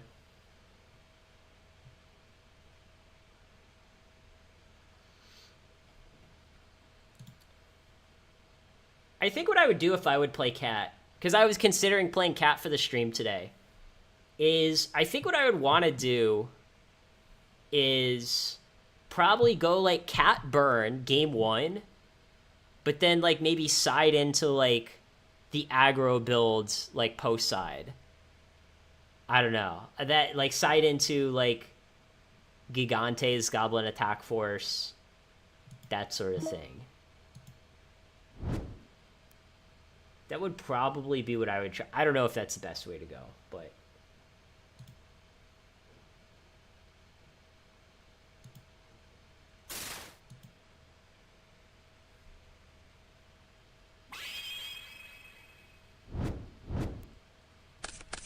I mean, I think the best variant of frogs is, like, the frog plant build, because it's the most explosive. Like, last time on stream... People were saying, like, oh, like, frog plant, like, doesn't do well against, like, deck devastation virus. And I said I disagreed, but I didn't really explain why I disagreed. And the reason why is, deck devastation virus can almost never be used on turn 1. Like, I'm not saying it's impossible, but the decks that play it, like Blackwings, usually can't, like, put a Sirocco into play on turn 1. Whereas, you know, Frog Plant, you know, the reason why that's relevant, I guess, is because of the fact that, like, you set up, like, your whole board on turn 1 with most of your hands. Oh. So it's like, if I'm going, like, turn 1, Substitute Loop into a bunch of Dupe Frogs, and they deck devy me, I don't really care that much, because it's going to trigger both my Dupe Frogs. Oh, he's playing... I don't know what he's playing, I'll be totally honest. I mean, I guess, like, Chaos Return with Thunder Dragon for some reason.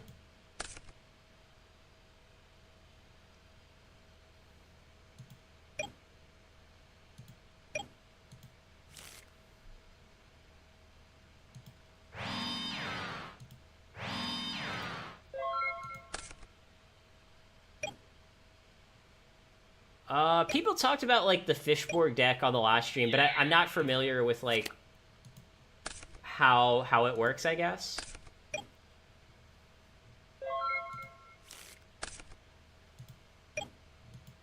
So we have Breaker and MST.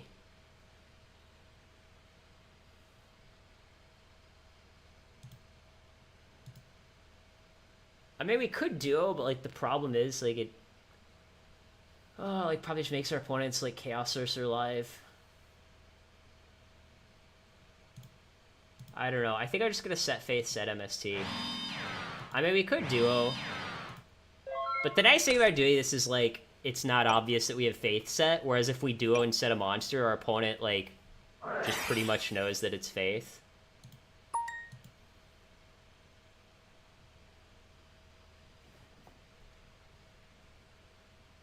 Yeah, I mean, the problem with... I think, like, the hero engine in general...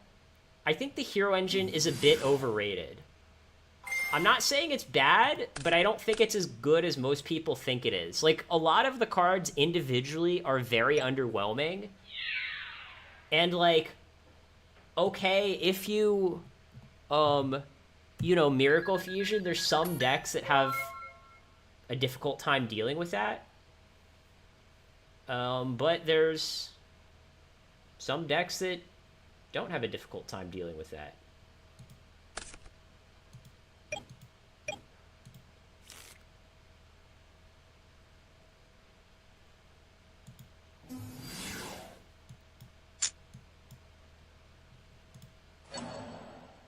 He might, like, chain a Dust Tornado. Oh, that's fine. Yeah, I'm cool with that. Sure, you can...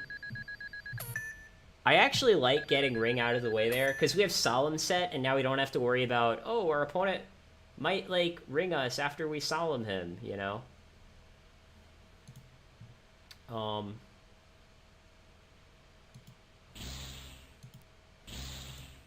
yeah, we're gonna play Sorkin Attack, because this deck probably plays Ninja Grandmaster. And then we're gonna set this, say go. Our opponent's hand doesn't seem to be that great, if I'm being totally honest. Like, he's got 7 cards in hand. 2 of them are Thunder Dragons.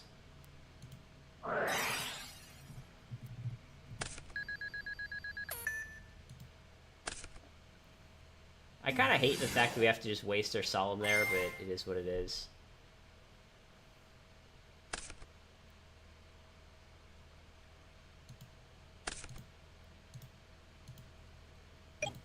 Yeah, Heavy into Tribe is, like...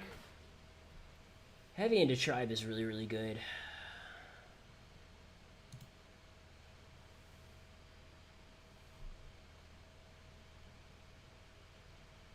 Oh, I hate this.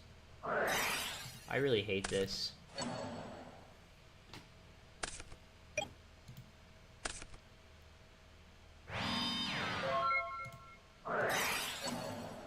Don't want him to return for game here.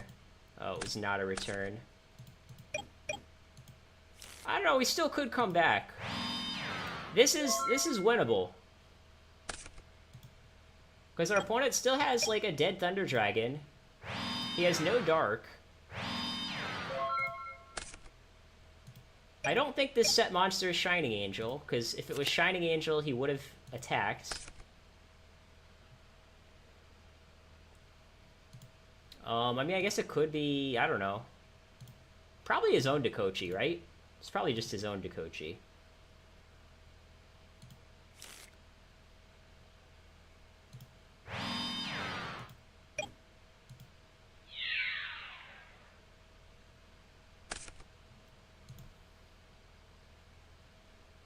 Heavy, Crossout, or Rhoda? Okay, Rhoda. That makes sense.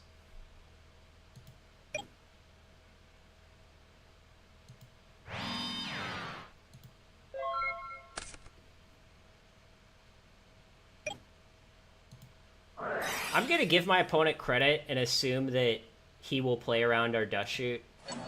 Okay. You know, by like setting something before he Rhodas. That's why we're doing it right away. So Thunder Dragon, Rhoda, Graceful.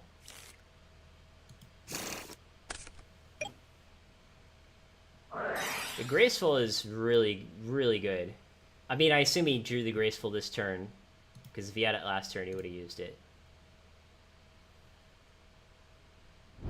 Yeah, Blade Knight's really good too, because now it's like, if he got, I don't know, like a Warrior Lady, I would just book our Dakochi to draw another card. But now instead, if he goes Blade Knight attack, I think I just have to book the Blade Knight, which is, you know, not what I would prefer, I guess.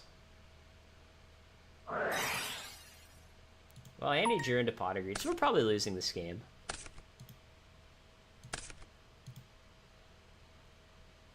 I mean, we haven't seen Return yet, but...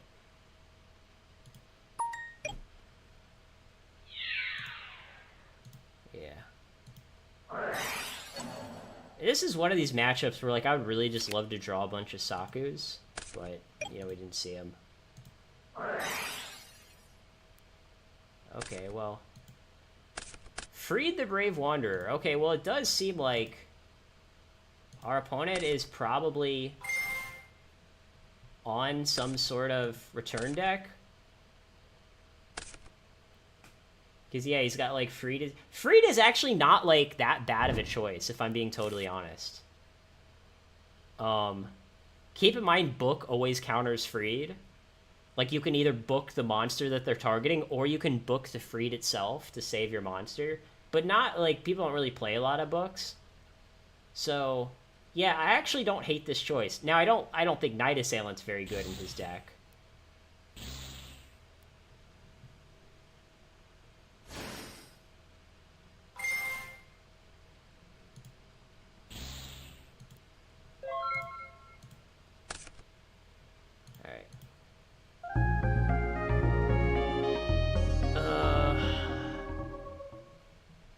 I think we want Goat's meta, right?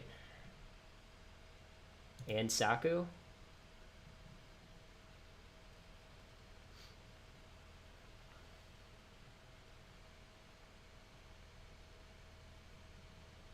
I think Kaiku is okay. I mean, it's probably... well, I don't know. I mean... I'm thinking, like, which is better in this matchup, like, Kaiku or Golem Sentry? And I feel like both of them are, like, kind of decent.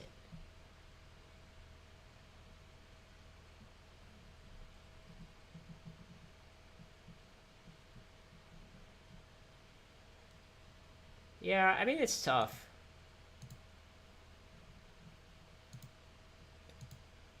I don't know. Well, he's playing Thunder Dragons. The real question is, what am I taking out for all this stuff? Maybe we just don't bring in Goat's meta. Maybe we just bring in Saku. Because, like, these sort of returns deck, they're kind of hard to side against because they're kind of mid-rangey. Like, they're not, like, all in on aggro. They're not all in on control. And it's, like, against a deck like Warriors, Crossout's, like, an easy side out. But here, he actually does play set monsters.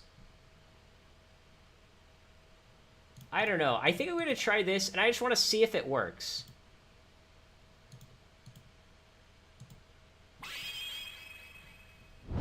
I don't know if you're saying to bring in Book or bring out Book. I don't think I think one Book is probably, like, the correct number.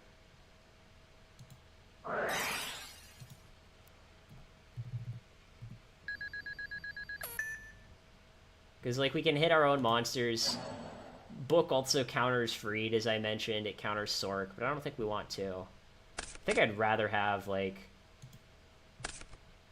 you know, I think I'd rather have 0 Book more than 2 Book. Maybe we could side one out.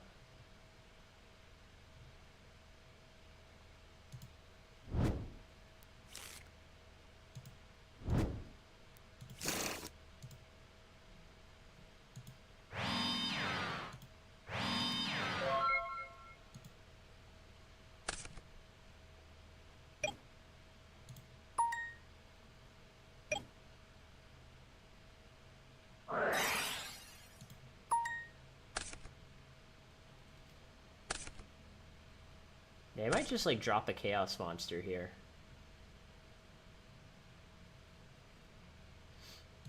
But yeah, he's setting up his return very nicely. Because like banishing a Jinzo and then just going return for game is pretty good.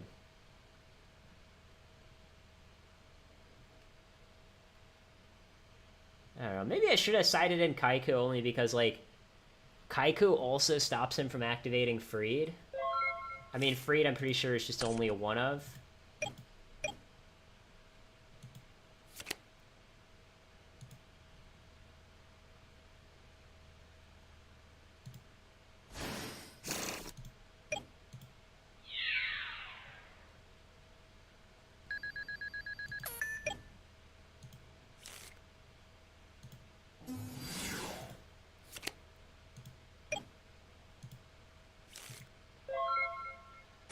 Yeah, his hand must be pretty bad. Like, he just went, like, pot agreed into nothing.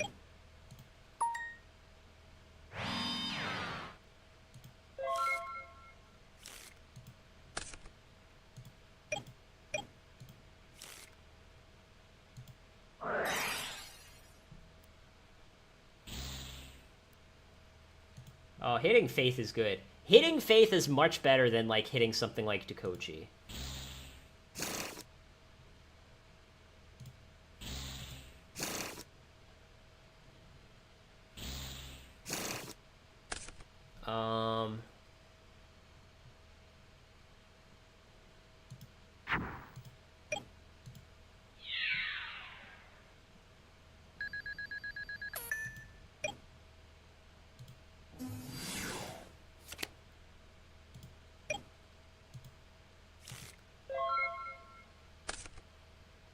Well, we already had a cross out, but having two is nice.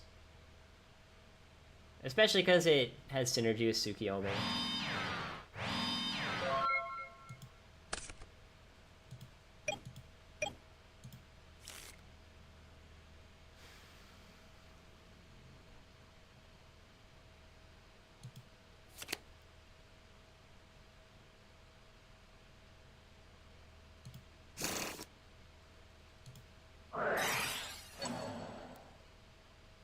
This is... Oh, good. That's a good hit. I just want to, like, cross out things that aren't return targets.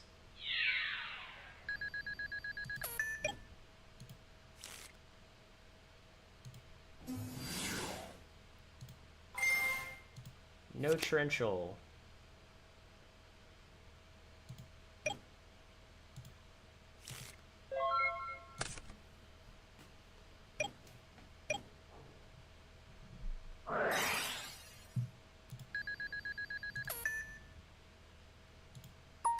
I assume he's getting back Jinzo, which is fine. I will say, this deck, like, his build of Return, which is what I assume this is, it seems like it can really brick a lot. Because, like, Pre can be dead. He's playing Thunder Dragons, which can also be dead.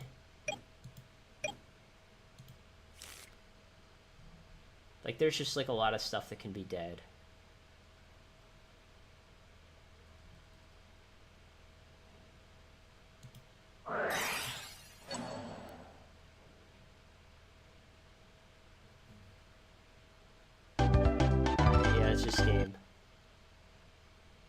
Yes, is ladder. So we lost game 1, won game 2. We saw Jinzo, which we did not know about before. We saw Pre, which we did not know about before. I kind of want to bring in Kaiku, but I still don't know what to take out. I mean, going second, I don't think Golem Sentry is, like, quite as good as it is going first. So I think we'll try this.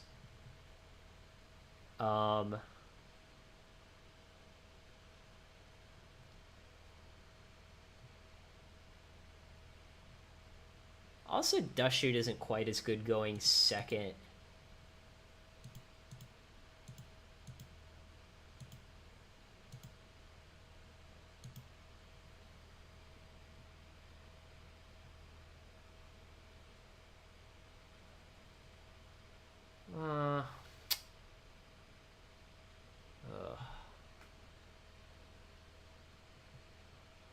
Yeah, I know it looks awful, but I'm just gonna go down to 1 Dust Shoot. I don't know. Maybe the Dushoot should like be a book.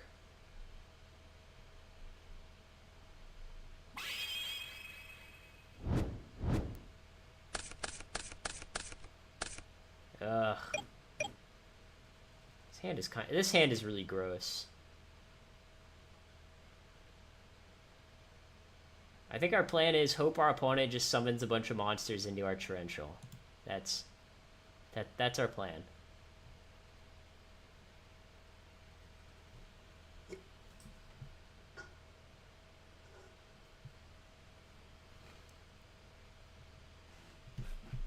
Yeah. Yeah, I will say, like, I think our deck is a little underprepared for this matchup. I don't necessarily know, like, how we would prepare more, but let me put it to you this way.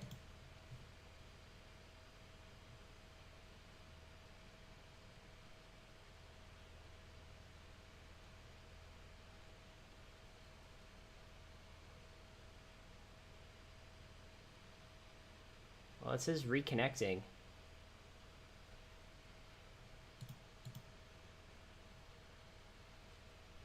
The servers just might be down again.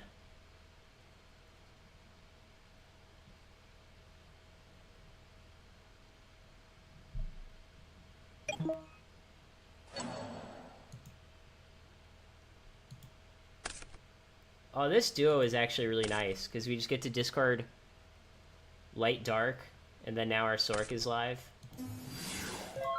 Sorry, how many Thunder Dragons did he search? Was it 1 or 2?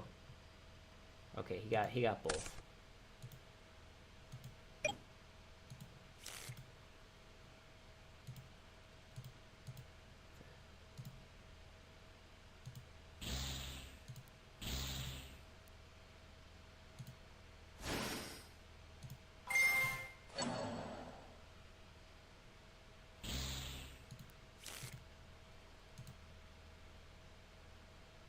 I mean, I guess I'll just set ring and say go.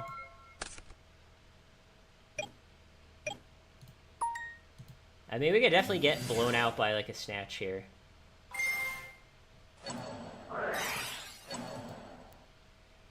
I mean, we can also just lose to his own Sork now.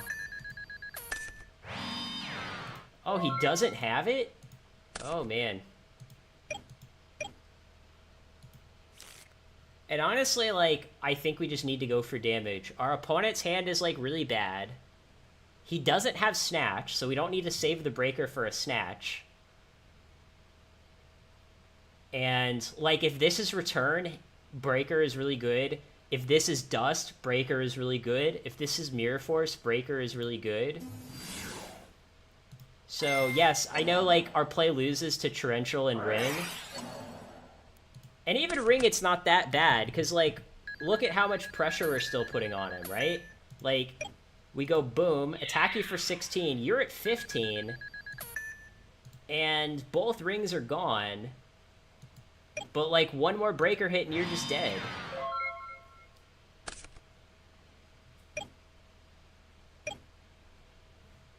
Obviously, it would have been, like, a lot better, though, if, I don't know, our Breaker hit, like, a Mirror Force or Return or something.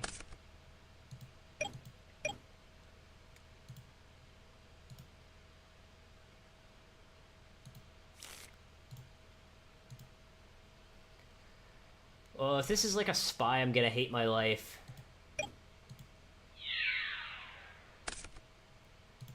Okay, I don't even care about this duo. I mean, I kinda care, but I don't care a lot.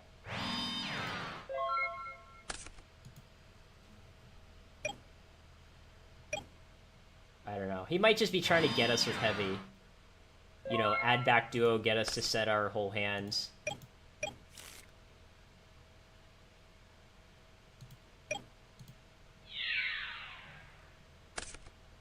Oh, Mystic Swordsman level 2. Oh, man. Yeah, I'm feeling pretty good. I mean, we could definitely still lose this game. You know, our ring is gone, so we can't, like, top deck a ring for game.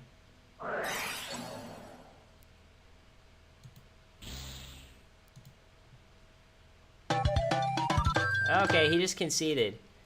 But what would have been pretty nice there is we would get our opponent to banish all his spies, and then now he can't set the spy to wall out our breaker. You know, he can't top deck a spy to wall out our breaker. But yeah, I feel like our opponent's build of... I assume this is return. Keep in mind, we never saw a return. But if you're playing like Jinzo, Freed, and a bunch of Chaos Monsters, I assume you have to be playing return. But I think his build is like way too bricky.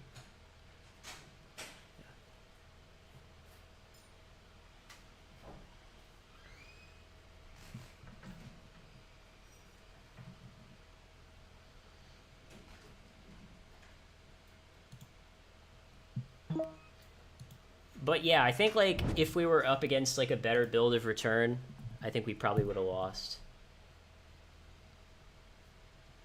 I will say one thing positive. Our opponents have all had pretty good sportsmanship today. That's like another positive thing. The judges have been nice. The opponents have been nice. So, you know, no complaints there. No complaints there if I'm being totally honest.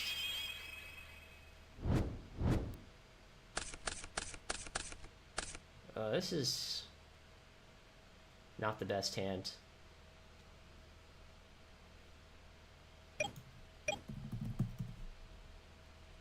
Well, our opponent says he's watching the stream. Well, he was watching the stream. He claims that he closed it.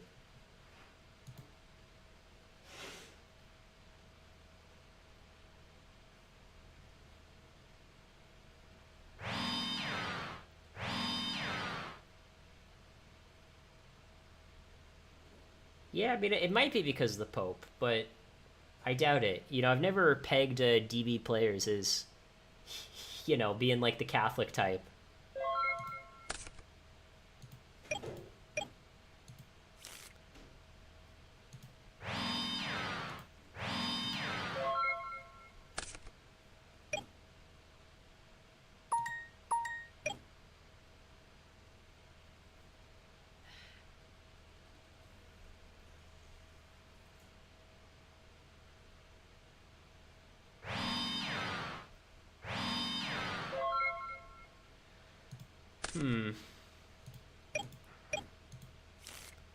Yeah, our hand is pretty bad. I think I'm just going to keep saying go here.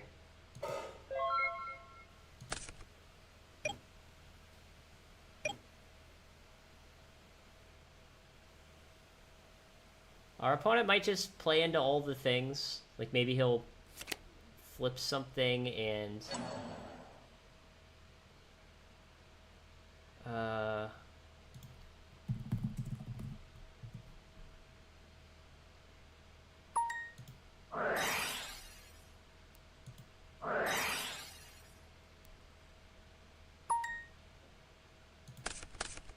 So yeah, this is pretty nice for us. We got value out of the Torrential. We're gonna get value out of the Heavy Storm, hopefully. And he sets another monster. I think we want a Heavy first, bait out Solemn, and then Graceful after.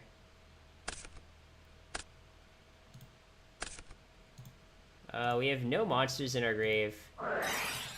If I draw a light, I'll probably just go discard Light Dark, play BLS.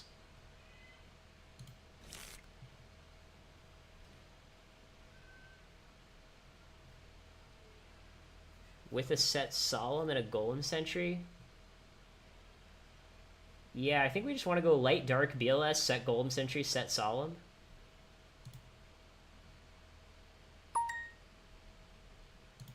Oh, and we can't discard Night Assailant, because Night Assailant is mandatory.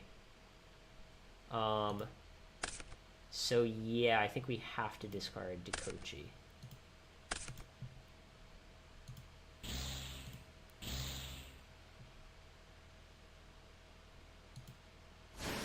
We could probably just attack, right?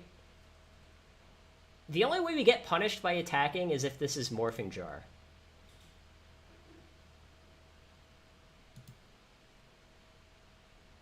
Yeah, I think like the only way we get punished by attacking is if this is morphing. Yeah, I know you could say, you know, attacking is a little greedy. You know, you could certainly argue that.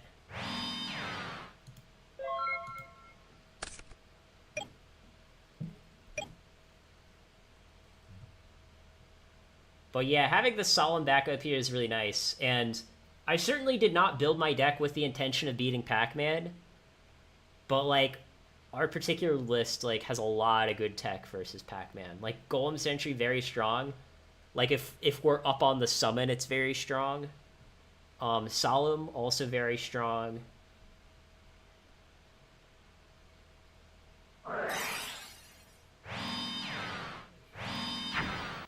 And I'm just going to let the level limit resolve.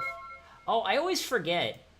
For some reason, I always think that Golem Sentry is a level 3, and we can just attack through a level limit. But that's just actually not how it works.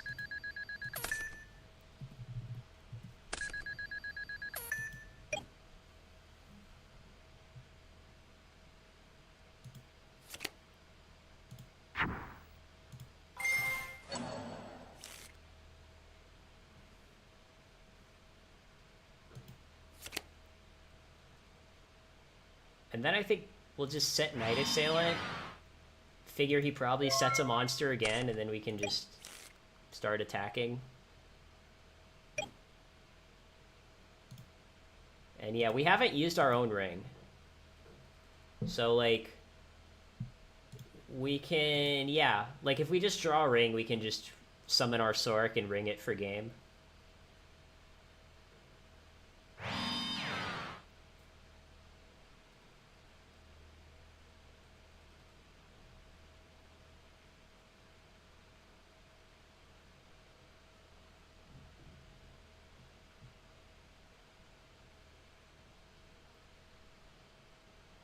Yeah, I mean, Solemn could definitely be good, but, like...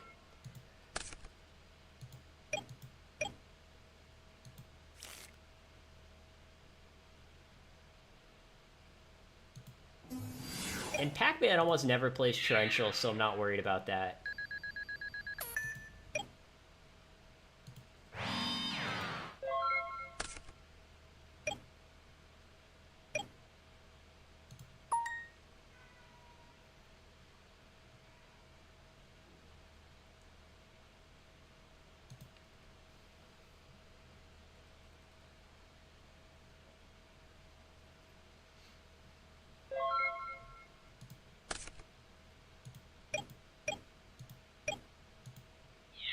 And you'll notice Golem Sentry kind of has synergy with Dust Shoot.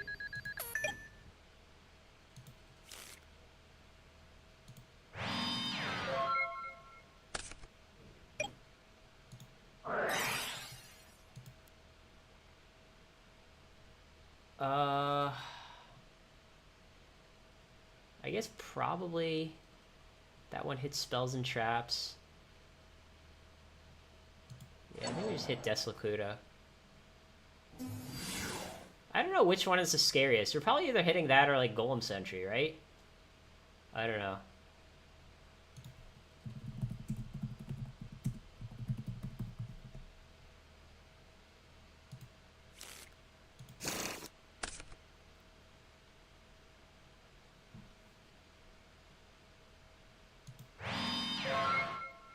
Oh. Yeah, for some reason, I don't know. I just wasn't discarding my Thunder Dragon. You make a good point.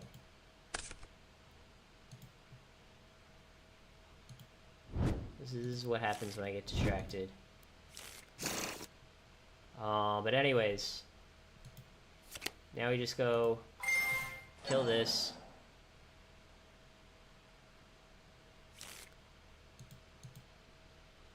For some reason he bounced it.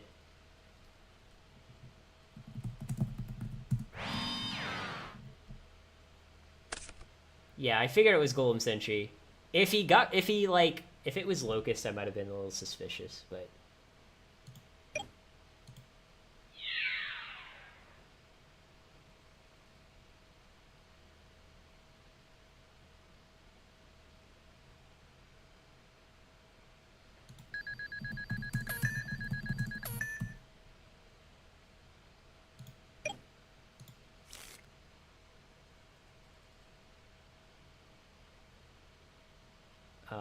yeah, I'm not going to set Spy. Setting Spy doesn't really accomplish anything.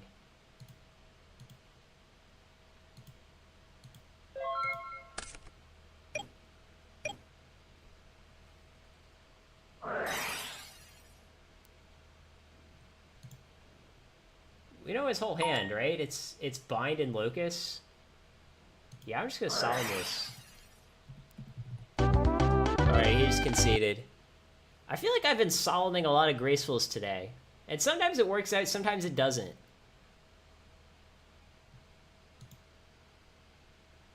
And this is like another matchup where we have like almost nothing to bring in. Like all these monsters are useless. Like DD Warrior Lady is okay because it can attack a set Golem Sentry and banish it. I guess like Goat's meta can also be okay. Or at least like a meta.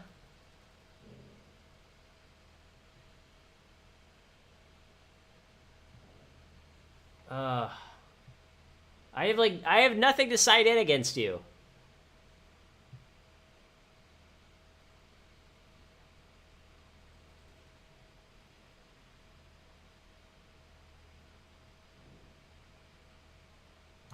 I guess, man, Goats is so bad though. Like I want meta. Like I want to decide in like one meta.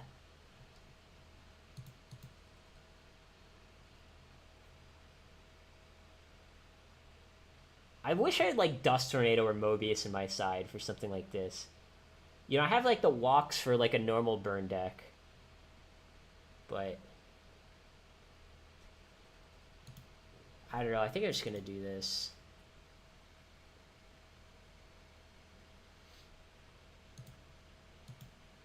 I think going second, this is a really tough matchup for me. Going first, I think it's like, you know, it's closer. And this is another pretty bad hand.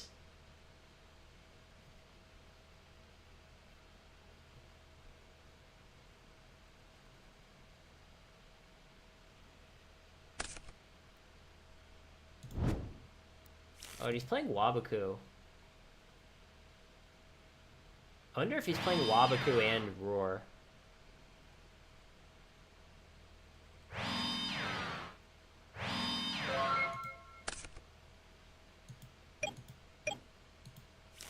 I might just summon Spy and attack like a psycho. Because the problem is, if I just don't attack with the Spy, he almost certainly kills it. So yeah, I'm just summoning Spy and attacking.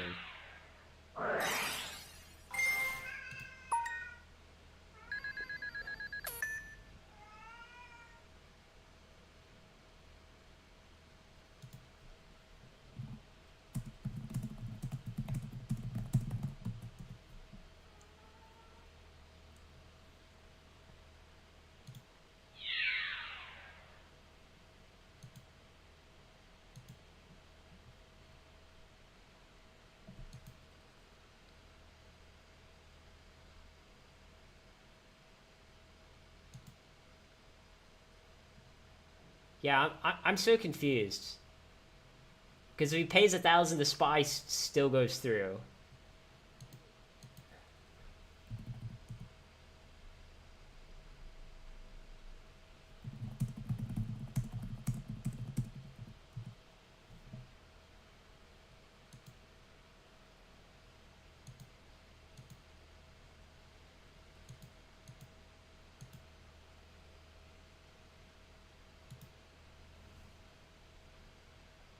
And no, you don't have to activate Wall of Revealing Light before the battle phase. It's like the same thing as Gravity Bind. Well, he says he's just gonna take the misplay. But yeah, with both Wall and Gravity Bind, you can do it in response to the attack. But yeah, that was why I like summoned Spy and attacked, because like I don't want him to draw cards or whatever.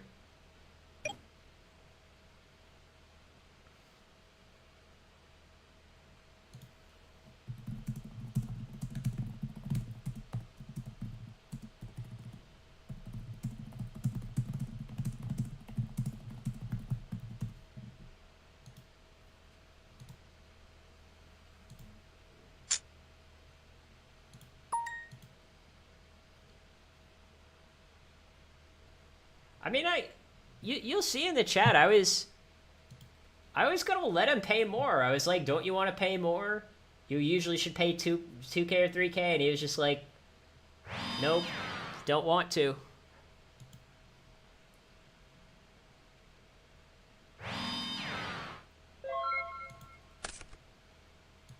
Well, that's funny. I just drew into spy number 2.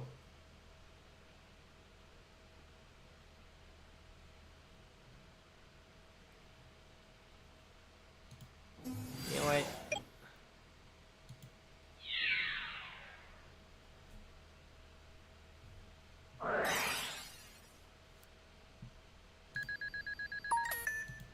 Okay.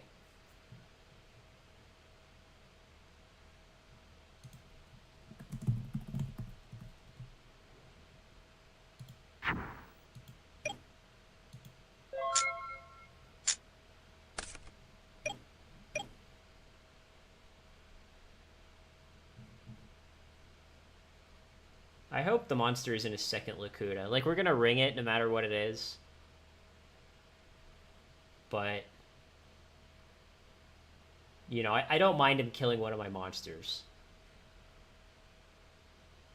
No, I mean, with Wall, Osaka, like, with Wall, you want to use it when they attack, right? Because, like, you want to make them commit their monster, and then they say, hey, I'm attacking, and you go, okay, flip Wall, stop your attack.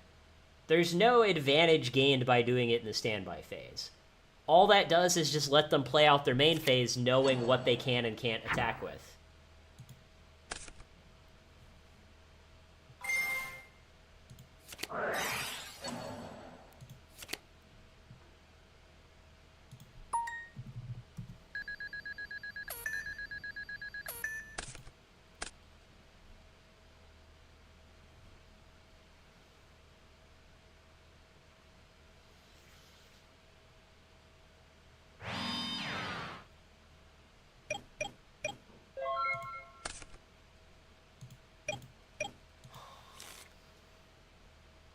Well, notably here, Chaos Sorcerer can declare an attack. So I'm just gonna set the Faith to just try to get a light in my grave.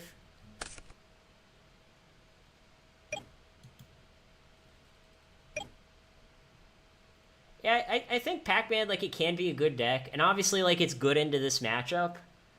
I mean, it's fine in this matchup, I guess. The problem with, like, Pac-Man is I feel it's, like, a little too fragile. Like, you kind of have, like, a lot of pieces that are working together. And, like, if one piece of your setup gets outed, it kind of snowballs into your opponent just outing your entire board. Oh, and I forgot to just discard Thunder Dragon again. I don't know what I'm doing. I just, you know, I'm talking to the chat, and then I just forget that I have a Thunder Dragon in my hands. So yeah, what I should have done last turn is I should have just discarded Thunder Dragon, summoned Chaos Sorcerer, and attacked.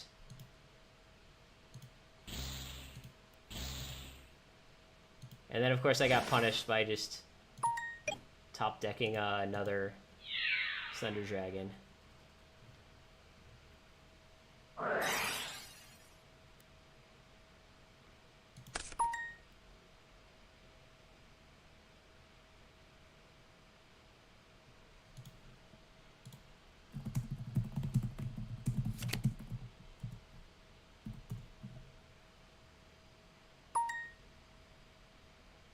I mean, Warriors are the closest thing to a stun deck.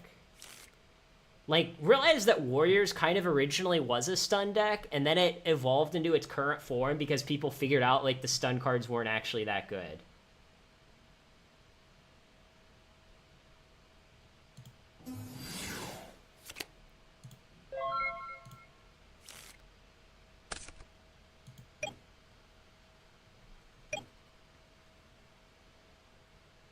Because, like, I'd say the closest thing, like, GOAT format has to a true stun card is like King Tiger Wangu, right? It's like a monster with a decent attack stat that stops your opponent from doing things. That's, like, kind of like the only stun card. Now, you could say Spell Canceller is also like a stun card, but Spell Canceller requires a tribute. And you did used to see, if you look back, I don't know what it was, 5, 6, 7 years ago, there were decks that people played that were like King Tiger Wangu Spell Canceller. And then the combo with King Tiger Wangu was what's it called? Light of Intervention.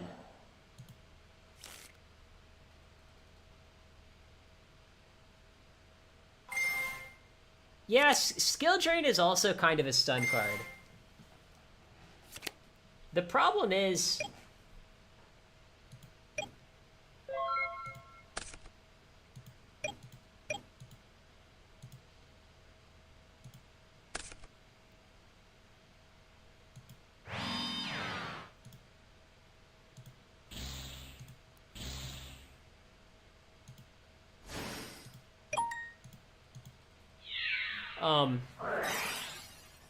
Okay. The problem with Skill Drain is that, like, obviously, you can't really play, like, Skill Drain and King Tiger Wangu together, right? It's kind of one or the other. I think we've seen some Warrior decks that play Skill Drain, right?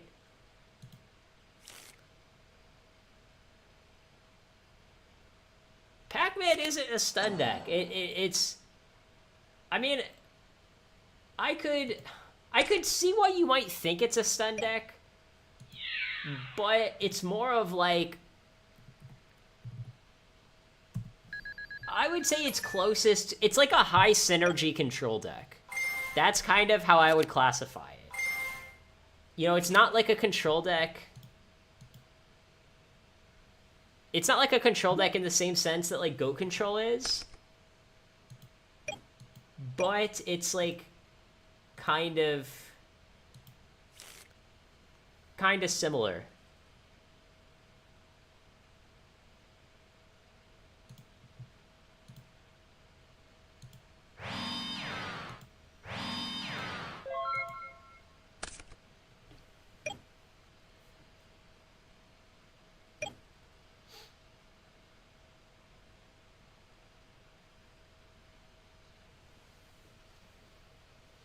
But yeah, Pac-Man, it does kind of have elements of both stun and control. Right, you can kind of say... it's like somewhere in between the two. It kind of has elements of both. Yeah, stun traditionally... I think of stun as being a beatdown deck, right? That's what I think of stun as being. And this deck is not really a beatdown deck.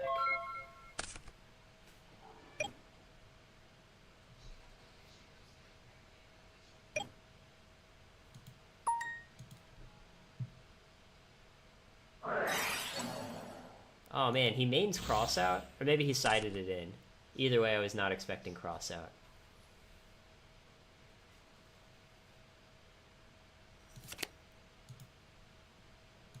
Yeah, he could have just Golem Sentry'd and saved the Crossout for later. I don't know, maybe he thought I had, like, Sanguine Torrential or something? Ugh.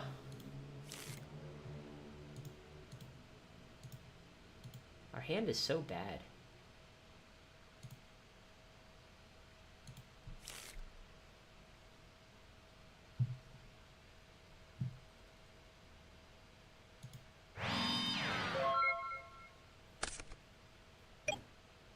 Jowgen definitely can be played in a stun strategy, right? Like, if you have, I don't know, Jowgen and, like, some monsters, you can kind of beat down with that. Like, one thing that I want to experiment with, like, I don't think it's necessarily great, but I think, like, Jowgen, Jurai Gummo last turn, I think can, like, kind of be a thing.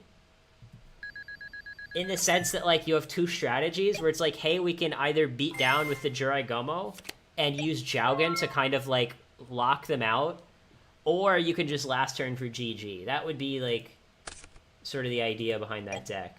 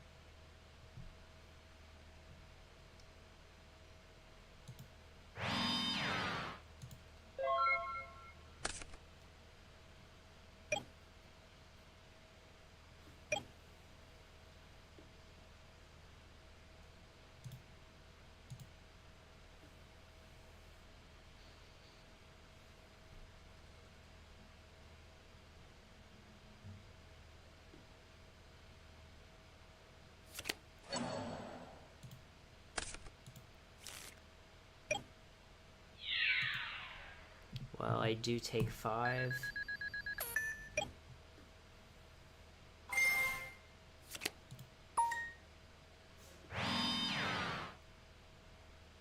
Yeah, I mean, stun strategies, I would say, really started to pick up, like, 2007 to 2010, that was probably, like, you know, just the best era for stun.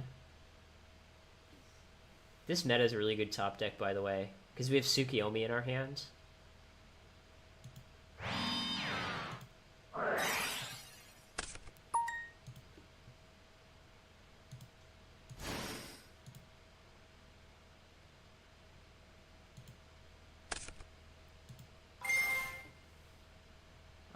Which one do we want to take? I don't know. I guess I'll just take this one.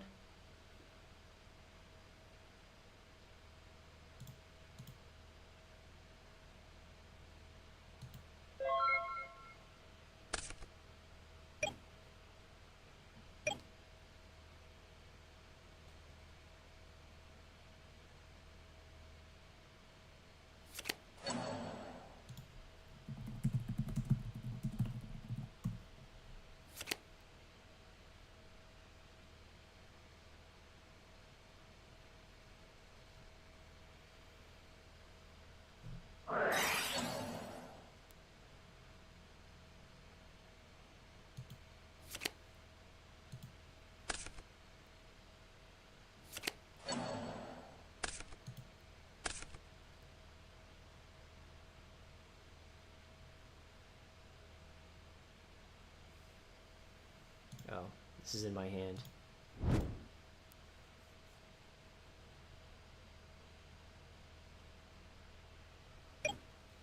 Yeah, Dino Rabbit, yeah, that's another example where you could say, like, it's sort of kind of stun. It depends on the build that you were playing. Like, I don't know if Michael Lux is still in the chat, but, like, the YCS that he topped with Dino Rabbit, it kind of was more of a stun build. Like, he was playing, like, Vanity's Emptiness and Macrocosmos.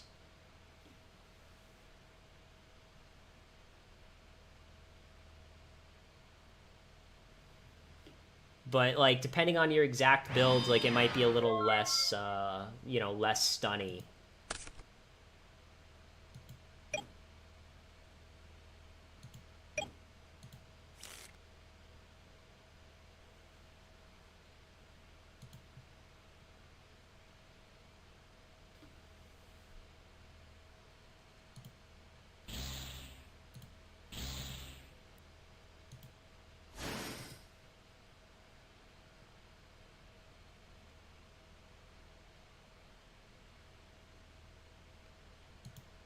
Yeah, I think I'll attack the new one. Ah! So mean. I'm just gonna get rolled now, aren't I? Yeah, there's like nothing I can do. Maybe I should have MST'd something. I was trying to save like the MST for like a high value continuous trap. Honestly, Saku might just be good here too, if I'm being totally honest.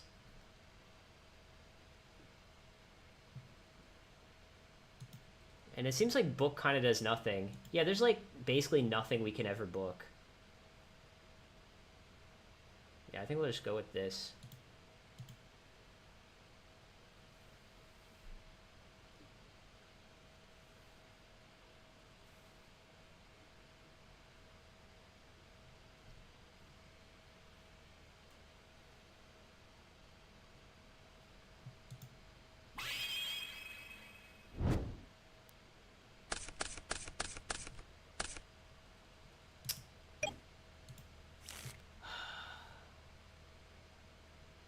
Well, this hand could be good. It depends on what our opponent has. If our opponent just, like, sets a monster, sets some back rows, and passes, our hand is pretty good. Or our hand is fine, I guess.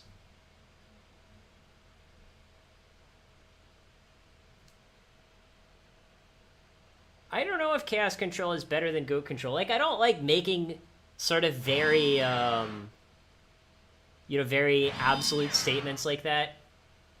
You know, they say only Sith deal in absolutes. and I don't identify as a Sith, so I'm not gonna, yeah.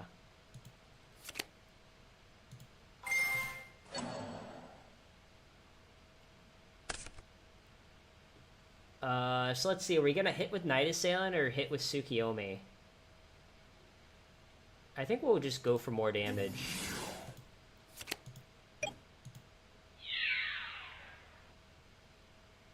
If our opponent has, like, Gravity Bind, then this play is suboptimal, but otherwise.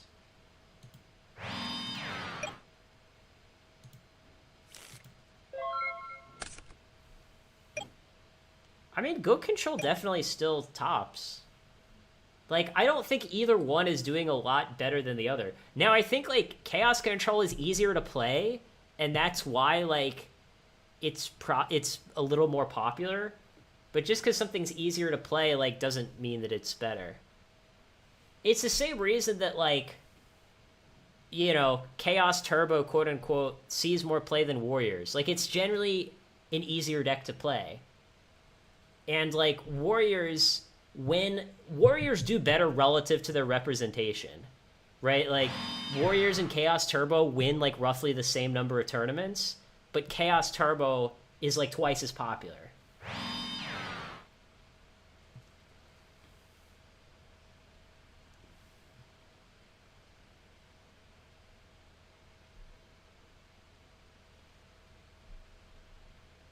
And the problem with Goat Control, it's like, we did kind of see this on stream last week when I was playing Goat Control, is like, in order to do well in a tournament, your deck needs to be, like, highly metagamed for, like, Warriors and Chaos. But then if you just kind of, like, play other random stuff, it can have a hard time.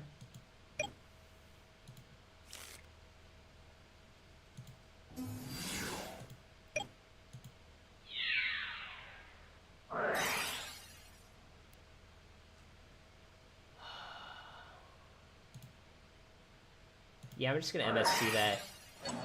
Now, technically, our Night Assailant can attack through Gravity Binds, but the problem is it's such a slow clock that, like, I just want to be hitting for more damage. I'll be totally honest with you.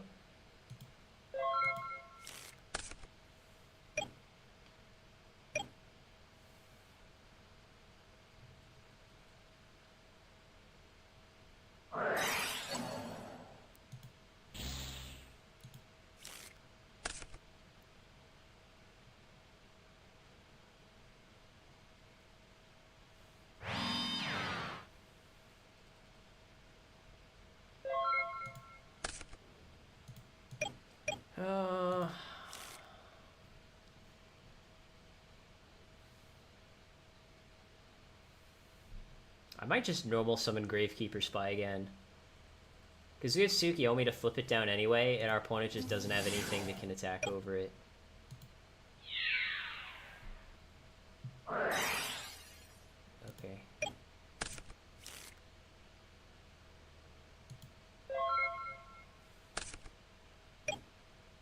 Yeah, Gravity Bind and Level Limit are both at 2.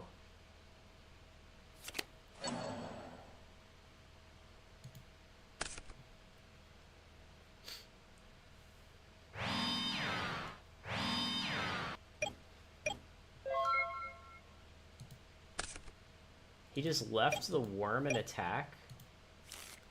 That's kind of strange.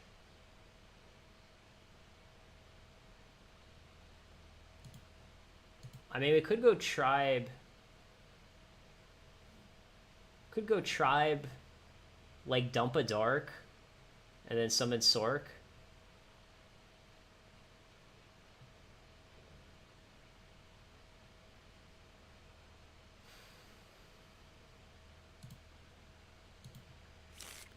So what could his monster be? It could be Deslakuta. Deslakuta is, like, the main thing that we're worried about.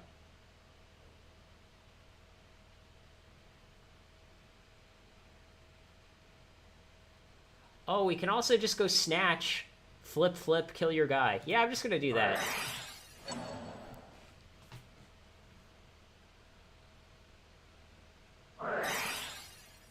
Oh, okay.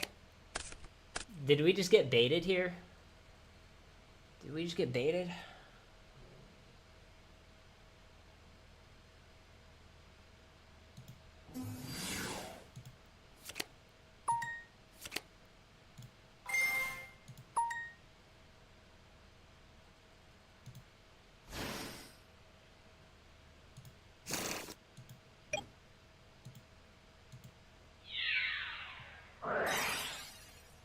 Okay. And I'm just gonna do this just to flip both monsters up. Okay, so I take 6.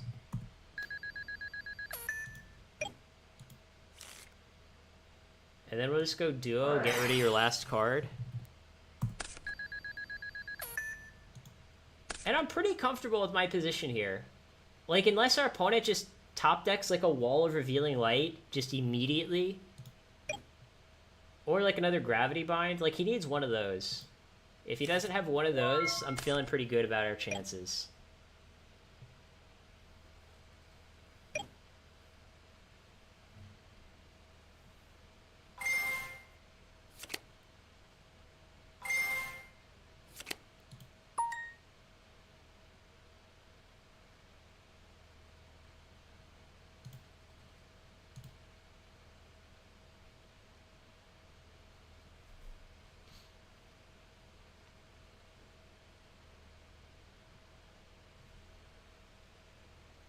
Netta on Sork at some point could be a thing too.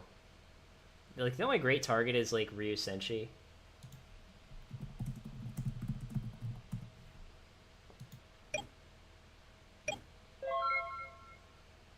That's weird. He just killed one spy and left the other one. That doesn't seem very good to me.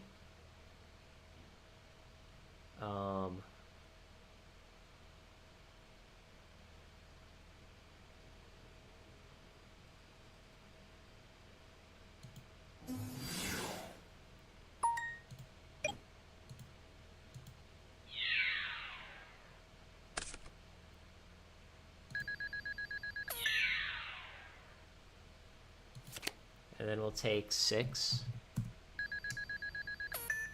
And yeah, they're actually both rock.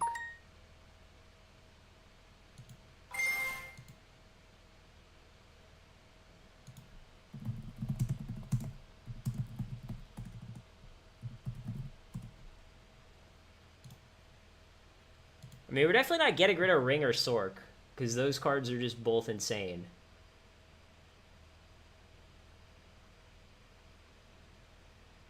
I don't know. I think we can probably just get rid of the Tsukiyomi.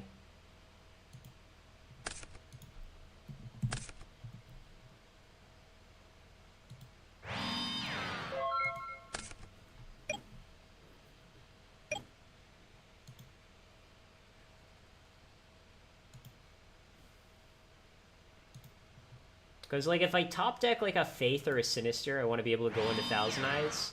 And if I summon Sork, I might even want to go into, like, Ryu Senshi.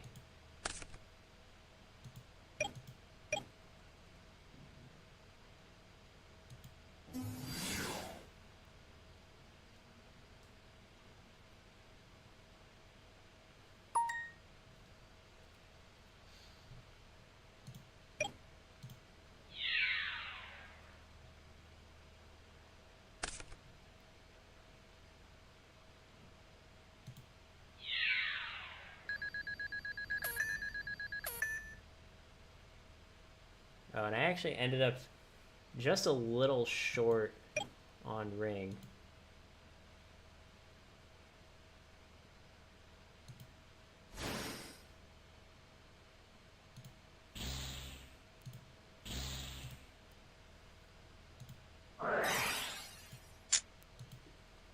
Yeah, we'll just do this.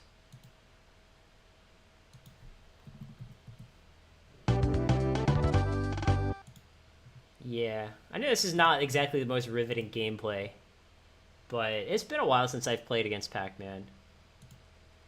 I personally, like, I don't think I would play it myself. Again, it's like, it's too fragile. You get rid of, like, one piece of their board, and then just the whole thing crumbles. And if people want to, like, make that kind of deck good, I feel kind of like they need to, you know, they need to figure out what to do about that.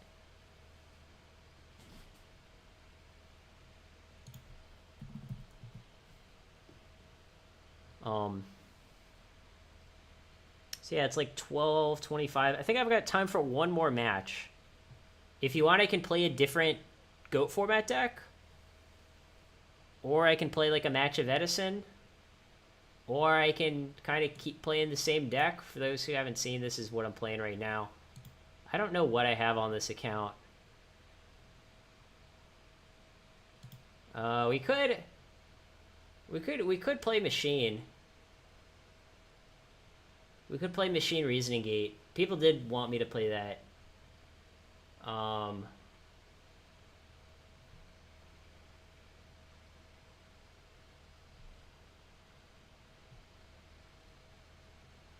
don't know. We'll give it a shot unless anyone play Empty Jar. Do I have Empty Jar on this account? I think I do. All right, I'll play one with Empty Jar.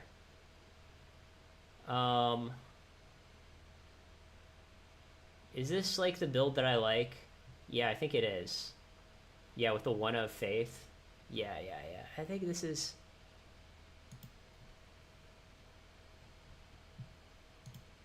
All right, we can play one with Empty Jar. Because I think Empty Jar is like pretty decent. And it's one of these decks where like I think it's better than most people think it is. Is it the best deck in the format? Probably not. But like 0 people play it, and in my opinion, it's better than like a lot of other stuff that people play. I'll put it that way.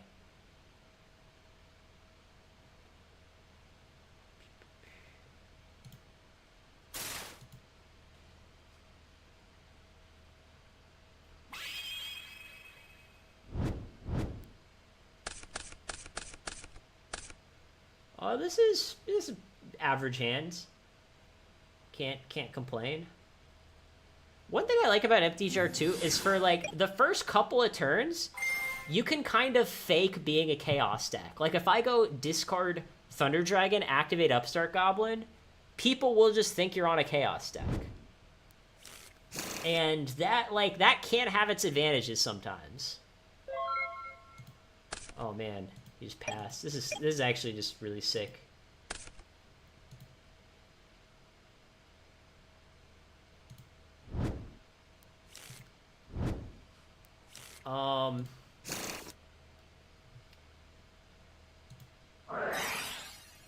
So yeah, I think most likely we just FTK here. Oh, and we have a second Book of Teo. That is pretty good. You know, my plan originally was I was gonna like go crash Tomato into the Manju, get Sangan, but now we just have Cyberjar, so we don't need to do that.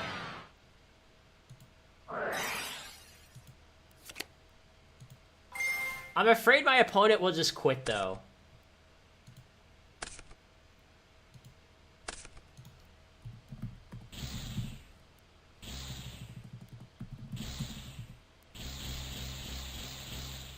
Okay, yeah, he's dead.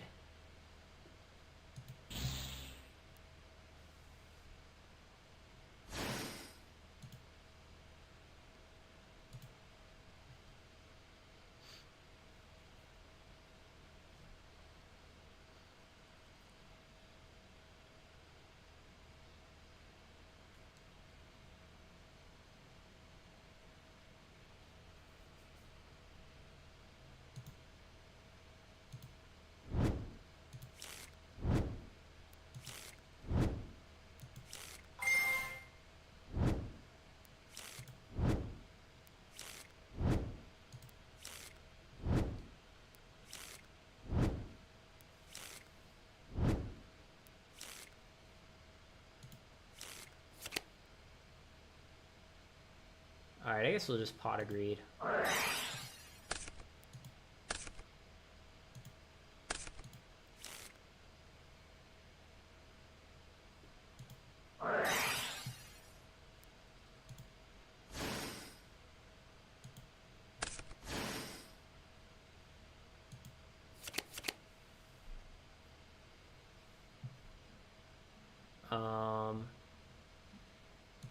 Do we want to like feather something to the top first? Do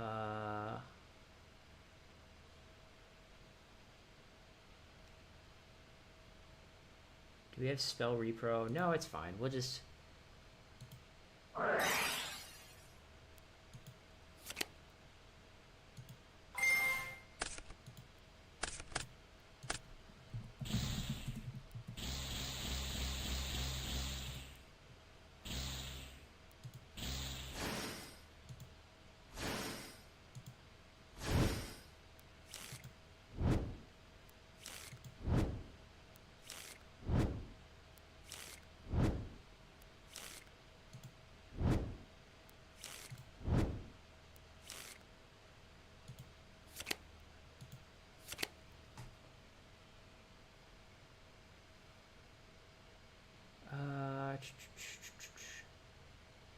So yeah, I think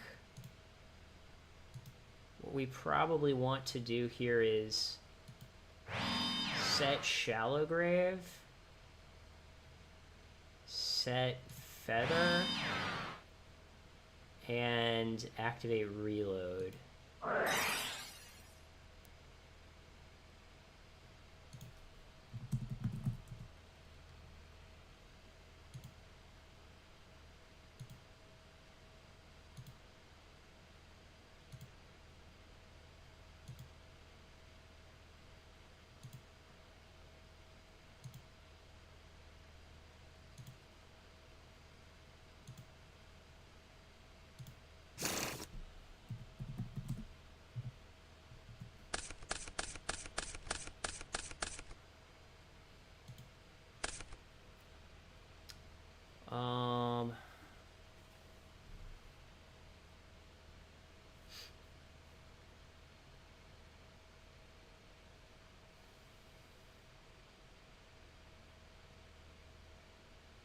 And then I think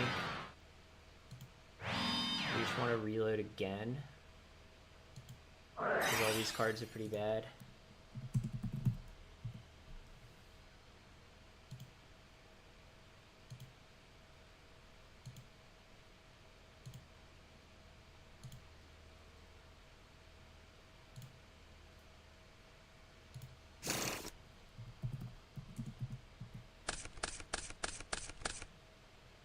Man, I'm just like not getting anything.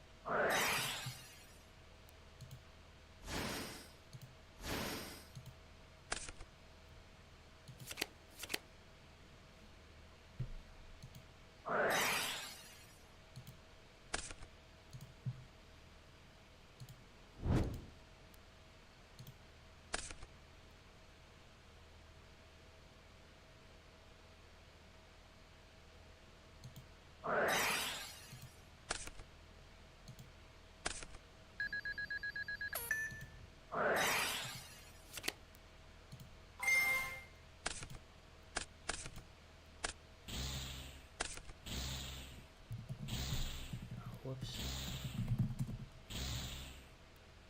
Whoops.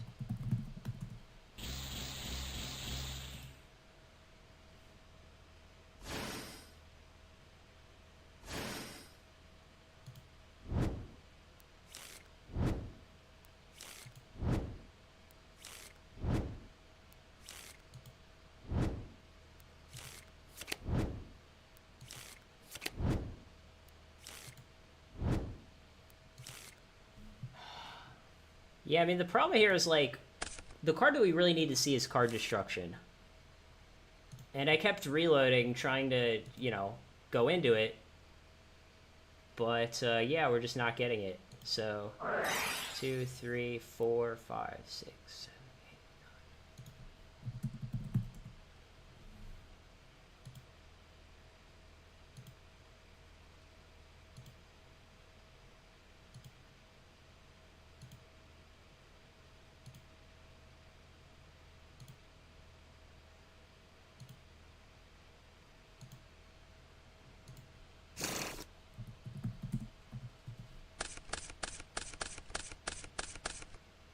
Okay, well, this is definitely helpful. Okay. So we go Thunder Dragon, add Thunder Dragon. And 1, 2, 3, 4, 5, 6, 7, 8, 9, 10, 11, 12, 13, 14, 15, 16, 17. Okay, he has 17 in hand.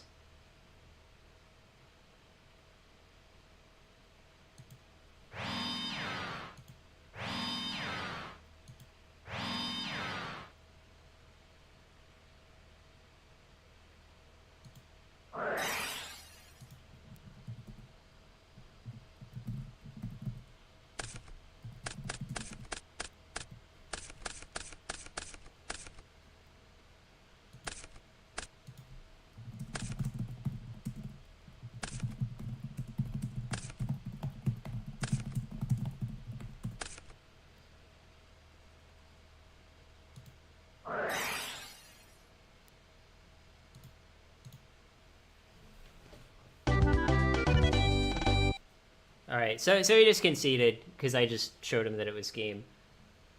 So yeah, Empty Jar, it's not really an FTK deck, I'll be honest, but sometimes you can FTK. Just kind of like Reasoning Gate, right? Like, Reasoning Gate isn't really an FTK deck, but sometimes, like, you win in your first battle phase. Empty Jar, similar deal. Like, sometimes you win, you know, you win on turn 1, sometimes you win on turn 5.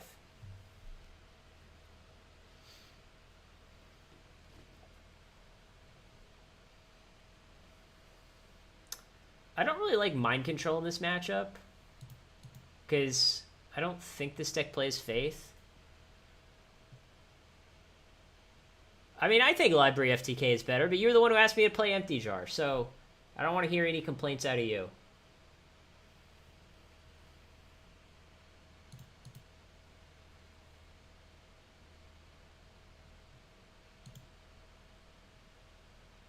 And you'll notice, by the way, I'm not playing Serial Spell. Now, this is something that I know, like, 98% of you don't care about, but Serial Spell is a suboptimal choice in Empty Jar. The reason that people played Serial Spell back in, like, 2005 is because of the fact that, like, in 2005, there were a lot of people who were just bad at Yu-Gi-Oh! And would play, like, a 60-card deck or something, or even, like, a 70-card deck. So if your opponent is playing, you know, a 70-card deck, there's no way to beat them if Serial Spell isn't in your deck. But in modern-day GOAT format, people play, like, what, 42 cards at most? So you don't need Serial Spell. There's literally no reason to play it. It is the definition of a win more card.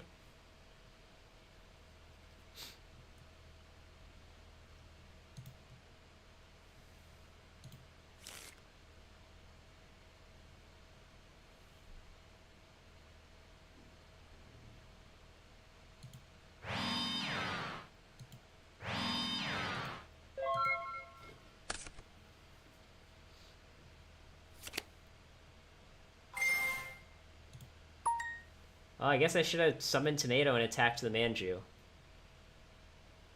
That's what I would get. Yeah, he called Cyberjar. It doesn't really make a whole lot of sense.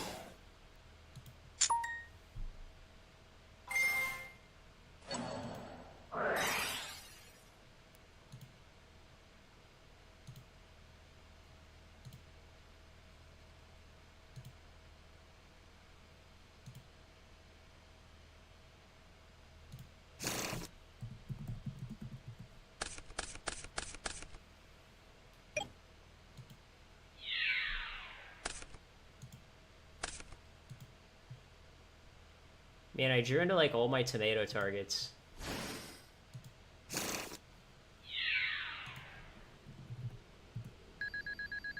Because, like, the two things you can search as Tomato are Sangan and Cyberjar. I just drew them both.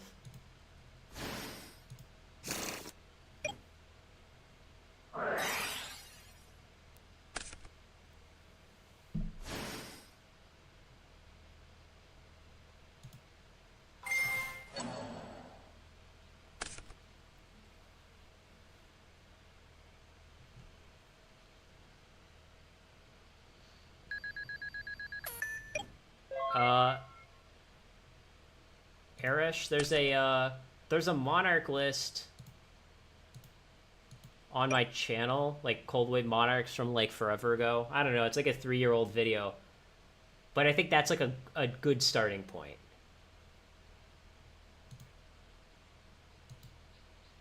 I'm thinking what to do with this Sangan. I might just summon it and attack. Summon Sangan, attack, I take 4, go to 74. Take 3,000, go to 44. Yeah, I'm just gonna do this. Because if I set Sangan, it can get hit by Crossout. If I just summon Sangan and pass, it can get hit by, like, a Sork. Well, does he have any way to put, like, a Dark in his grave? I'm trying to think. Well, he could Graceful. He could go, like, Graceful, Yeah, but if he has that, we're probably just dead anyway. No, I think this is fine. I think this is fine. We can just summon Sengen and say go.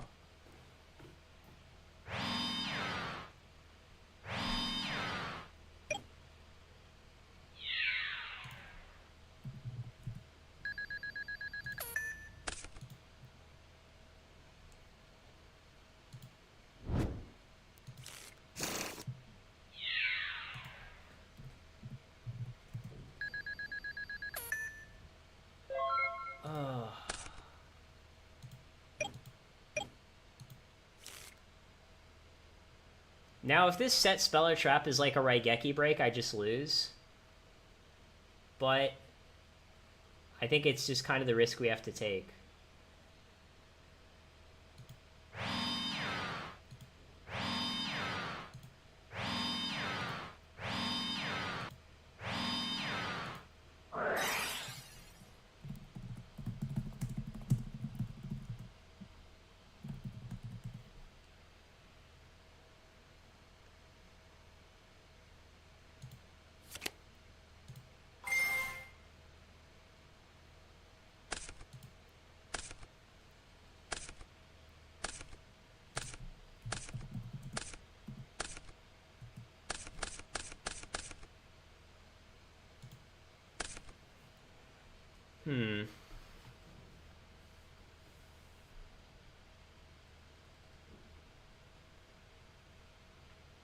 Right.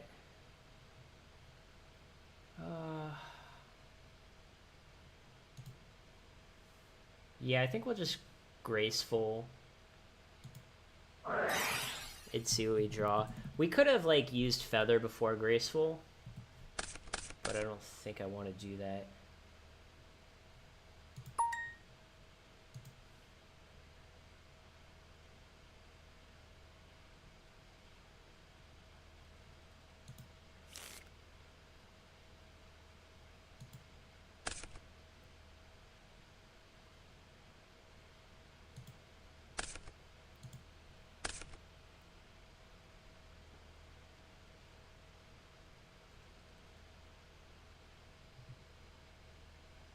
Yeah, I think I'll just go spell reproduction, graceful again, because there's like a lot of cards that could help us here. So get rid of swords and goats. We don't need either of those.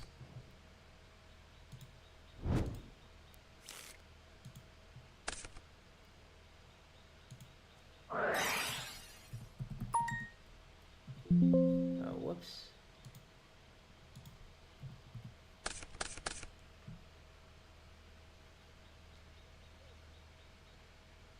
So we definitely want True Nade.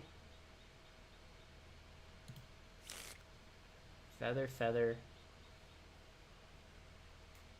Shallow Grave.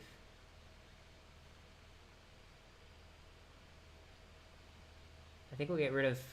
Yeah, we'll get rid of, like, book and reload.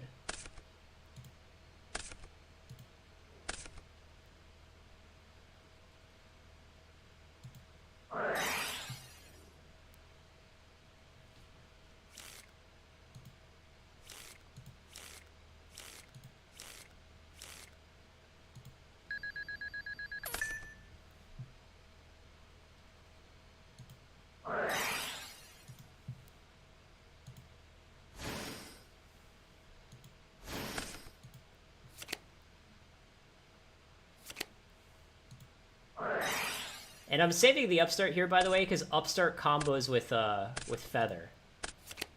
So like we can feather something to the top and then just upstart and draw into it right away.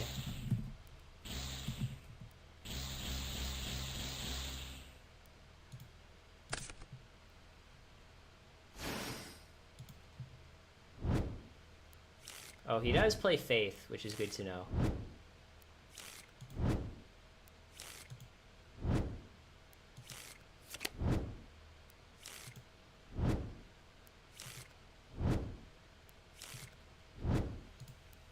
Yeah, I think we'll probably just be able to combo off here. We basically just need like a card destruction and the game's over.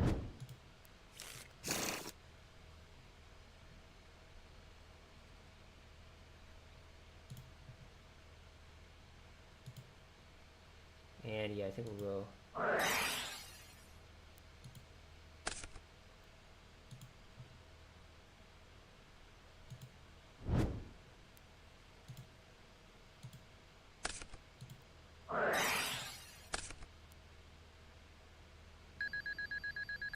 It really wouldn't have mattered if he'd called True Node with Prohibition. Like, it would have made it slightly harder to win, but we probably still would have won the same turn. I mean, keep in mind, we had Cyberjar in our hand for multiple turns and couldn't play it because of the Prohibition. So, it, you know, it really wouldn't have mattered what he called, is what I'm trying to say. Like, I would say, like, calling True Nade, like, in a vacuum is just the better call. But with our actual hand, it wouldn't have mattered.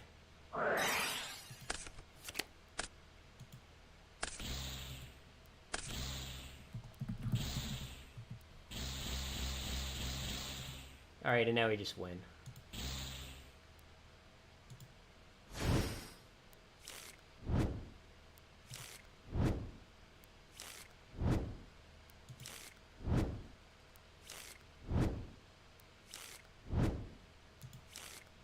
Well, I'm glad someone's enjoying the empty jar action, learning about some new cards.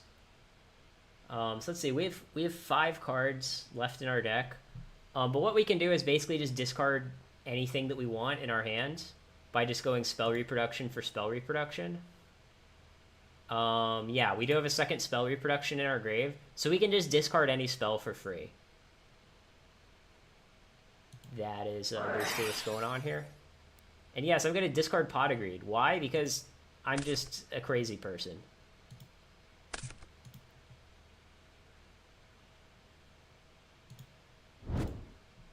And that's, like, the other reason that I think some people think you have to play Serial Spell is because, like, oh, it discards your hands, but 99% of the time you can just do that without having to do that, if that makes sense.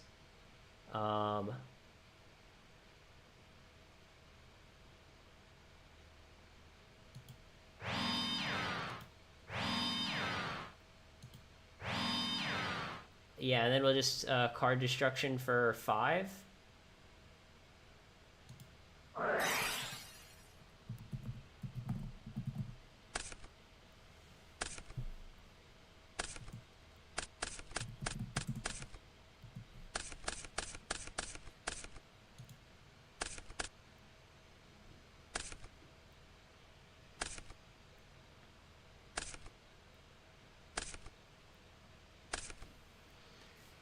Yeah, card destruction and empty jar is broken. That's like the win condition.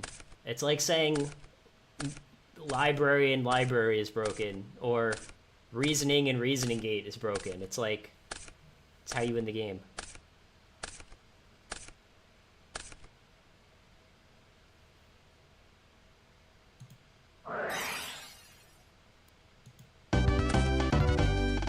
Well, technically I had to discard my whole hand here to not deck myself out, but it was very easy to do that because we have double feather.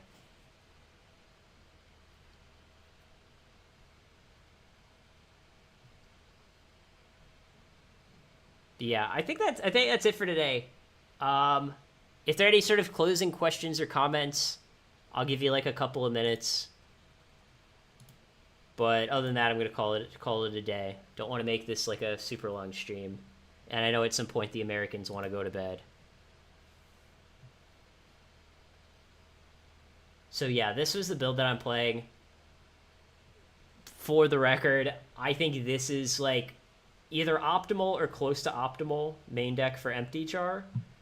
Side deck, I don't know. You can make the side deck whatever the hell you want, to be totally honest. This deck doesn't really side deck very much.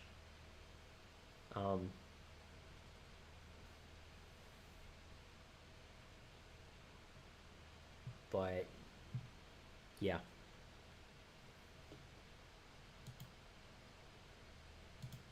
And then this was the deck I was playing before, for those who didn't catch it.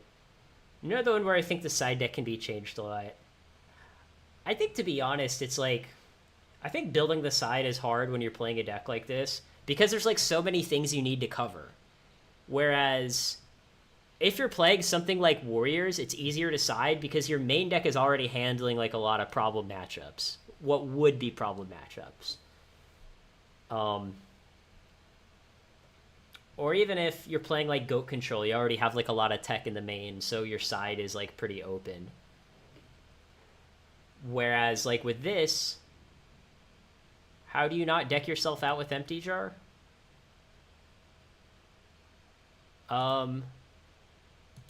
So the idea is that, so say for example, let's say the worst case scenario, right? Let's say worst case scenario, card destruction is the last card in your deck. Because that's literally the worst case scenario. So what you do in that case is you draw your whole deck. Now Cyberjar can never deck yourself out because Cyberjar says pick up, not draw. So you can just keep going, Shallow Grave Bookateu on Cyberjar, draw your whole deck, and even if you Cyberjar when you have 4 cards left in your deck, you don't deck out. So let's say you do that, and now there is a card destruction is the last card in your deck. So, okay, you have like a bunch of cards in your hands, a card destruction, and 0 cards in deck. What do you do? Well, what you would do in that case is you would activate a Feather of the Phoenix, target Spell Reproduction, put Spell Reproduction on top of your deck. Then what you would do is you would set your whole hand. And by the way, if you have too many cards, you can get rid of cards by looping Spell Reproductions and Feather of the Phoenix. So even if you have like 15 cards in your hand, that's not an issue. Because you can use Spell Reproduction and Feather to get your hand size down if you want.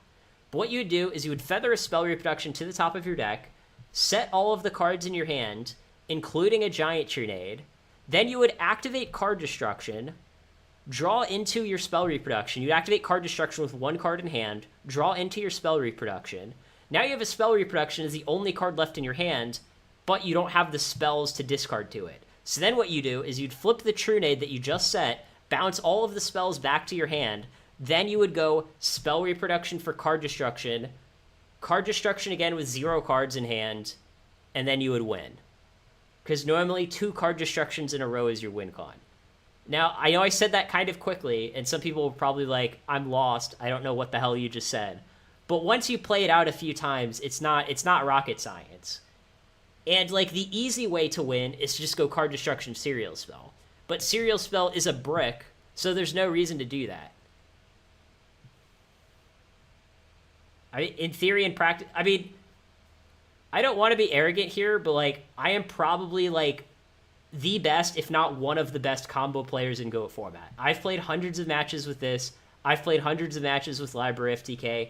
I've played hundreds of matches with Reasoning Gate. Even in like modern Yu-Gi-Oh! When I play on Master Duel, I mostly play combo decks. Doing what I just said is like far less complicated than any combo deck in modern Yu-Gi-Oh! Right? Like I was playing, I mean, I've been taking a break recently, but in Master Duel like a couple of months ago, I was playing, what's it called? I was playing Snake Eyes FTK. And like Snake Eyes FTK, the combos aren't difficult, but they're significantly more difficult than just playing a bunch of Spell Reproductions and Feather the Phoenix on each other, right? Like you have actual decisions to make.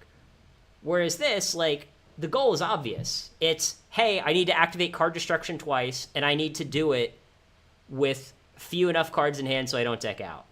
That's not complicated. Like, I know some people will just say, well, I don't want to do it.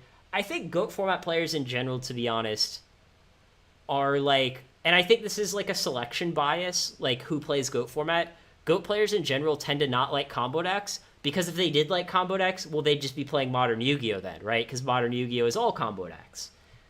But the combo decks in GOAT format are very good, and they're much less complicated than a combo deck in Modern Yu-Gi-Oh!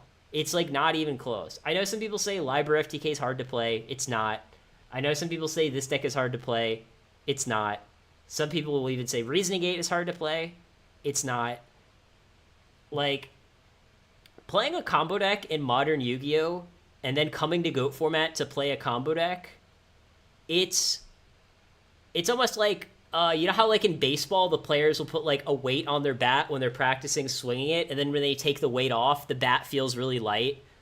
That's like a good analogy of like modern Yu-Gi-Oh to GOAT format with combo decks specifically. I'm not talking about like the whole format, but the point is that if you can play a combo deck in modern Yu-Gi-Oh near perfectly, you can play any combo deck in GOAT format perfectly, easily. Like it's not even, you'll be like, this is not even difficult. I mean, in general, I would probably say for most people, the hardest combo deck to play correctly in GOAT format is probably Reasoning Gate. And that's only because like Reasoning Gate involves like a lot of, I want to say probability, but there's probably a better word for it. It involves probability in the sense that you have like a bunch of reasonings and monster gates in your hand and you don't know what they're going to get. And you have to weigh the probabilities in my head and go, okay, I have these particular combo pieces. Should I go off now? Does that give me good odds to win?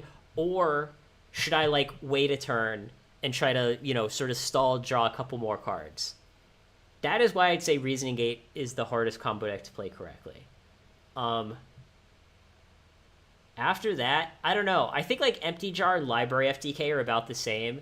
Library FTK kind of has like a few tricks that some people might not know about, and then sort of the same thing with Empty Jar.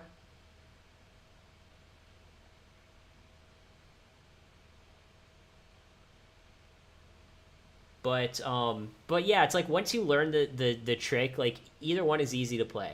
Like with Empty Jar, the trick that you have to learn is the one that I just explained, where you're sort of using Feather and Spell Reproduction to get your hand size down so that you can card destruction for game without decking yourself out. That's like kind of the one thing that you have to learn with this deck.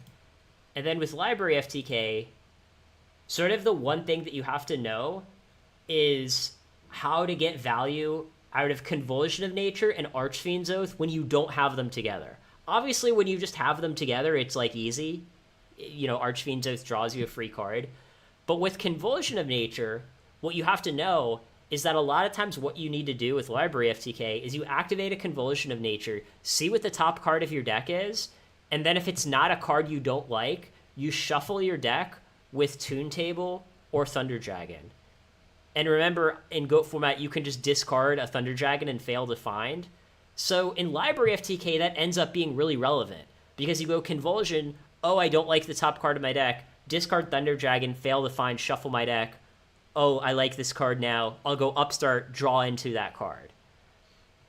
And with Archfiend's Oath, if you have that by itself, well, I mean, you can just guess and hope you get lucky, or if you have Feather, you can Feather something to the top and then Archfiend's Oath it. Yeah, I definitely think Library FTK is a tier 1 deck, and I think there are very few decks in GOAT format that I think can reasonably claim that they have a positive matchup versus Library FTK. And I would say, like, among the popular decks in GOAT format, your worst matchup is Warriors. And the reason why you don't like Warriors is because they tend to have more interaction than other decks. So they have 3 Solemns, they have 2 Dust Tornadoes. Usually, some builds only play 1, but I think 2 is more common. So they've got, 3 Solemns, 2 Dust Tornadoes, MST. They have Donzalug to go after your hand. If you set like a Library or a Cyberjar, they have Mystic level 2. Cyberjar, by the way, good card in Library FTK in general, horrible card against Warriors, because they're just always going to be able to stop it. And like Warriors, they've got like a few more pieces of interaction. Like if they main like 1 Book of Moon, let's say, then they can book your library and stop you from comboing. And even game 2, Warriors can bring in King Tiger Wango, which isn't unbeatable. Like Library FTK, you can beat a King Tiger Wango, but like it's not ideal. Like you don't want to see it. So yeah, like Warriors, I think, is the one deck that can reasonably claim like, hey, I've got game against Library FTK. And Warriors too, they play Dust Shoots. I mean, a lot of deck plays Dust Shoots, and Dust Shoot isn't amazing, but it's better than like a random brick. So, yeah, other than like Warrior specifically, I think Library of Decay does pretty well against the meta. Now, like, if you're against a like Chaos Turbo deck and their build is playing like 3 Solemn, 3 Raigeki Break / Wing Blast,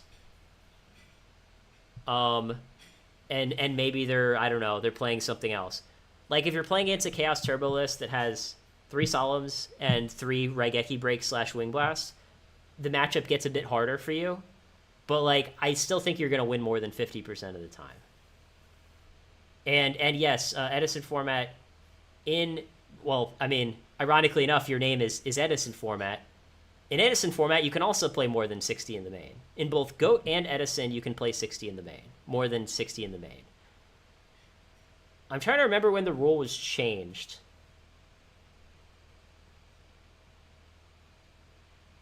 Or maybe no. Was the 60 card rule, was it changed when the extra deck rule was changed? Because the extra deck rule was changed in 2008, right? 2008 was when they said, hey, you can only play 15 in your extra. I don't remember when they changed the 60 card rule. It might have been then. Obviously, it was changed before that Grass Looks Greener came out. But I'm trying to remember, what it is.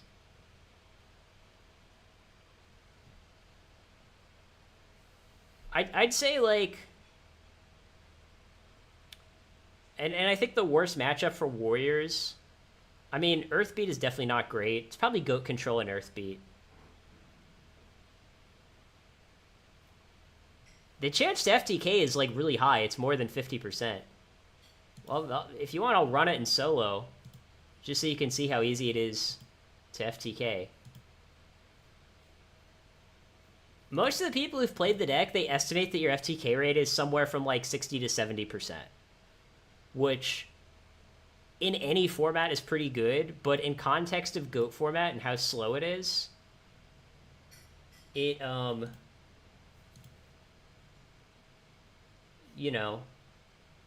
it's even better.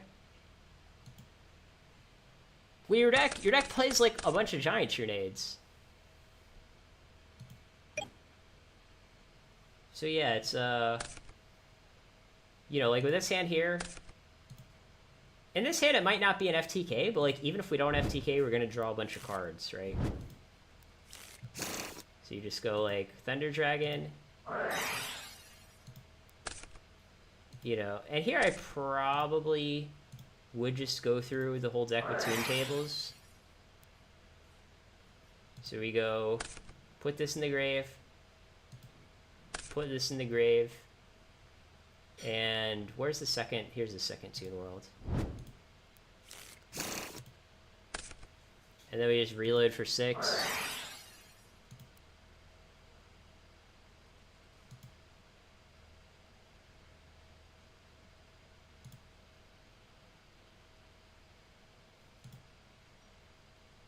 And yeah, you can definitely set Royal Magical Library sometimes.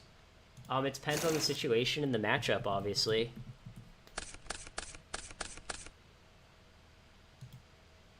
But like here, for example, this is not, most likely it's not an FTK hand. But like in this situation, we can just go, activate Convulsion. Activate Convulsion again. And by the way, the deck stays flipped up. And then we go activate Level Limit. And then we draw a card. Draw into a second library. And this is actually like a really good turn 1. Right? I know it's easy to say like, oh, our turn 1 wasn't that good. But we have a library in defense, which our opponent has to deal with. We have a level limit that our opponent has to deal with. We have a second library in our hand. And we have Giant Trunade coming up next turn. So what we can easily do next turn is we can just Giant Trunade, summon second library, activate our 3 spells again, draw 2, and we're going to know what one of those cards is because of Convulsion. So you know, there's not particularly a lot of ways to out this, right? Even if our opponent, like, snatches our library, well, we have Trunade on top. You know, even if they have, like, a Dust Tornado, like, that's not really a big deal. If they have a Breaker, that's not really a big deal. Breaker's going to defense.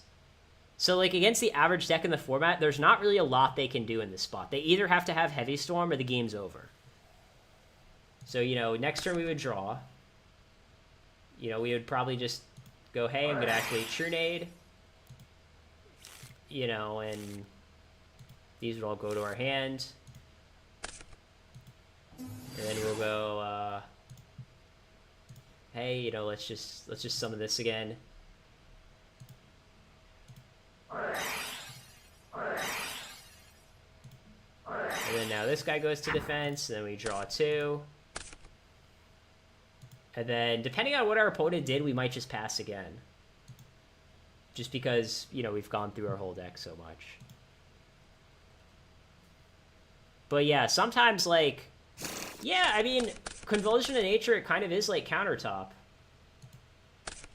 That's actually like kind of a good analogy, where you kind of do use Convulsion in very similar way to the to Sensei's Divining Top. But this would be like another FTK here.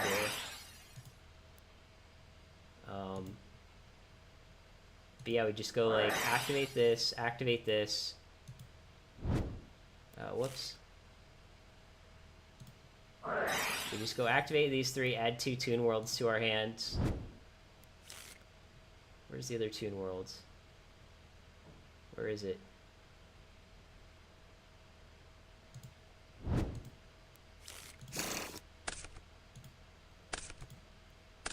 And then yeah, we'll just draw a card here.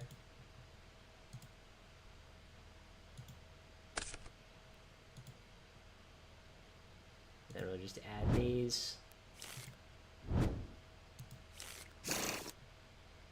And then here I would probably just go Toon World's Oath. Draw a card. And then now we get to Convulsion of Nature. And we're at 2,000 right now. So yeah, we activate Convulsion of Nature, put a counter here, flip our deck. Wow, this is actually really unlucky. Yeah, in this case we fizzle. Alright. Of course I was trying to demonstrate like how easy it is to FTK, and then we just got unlucky and fizzled 2 games in a row. But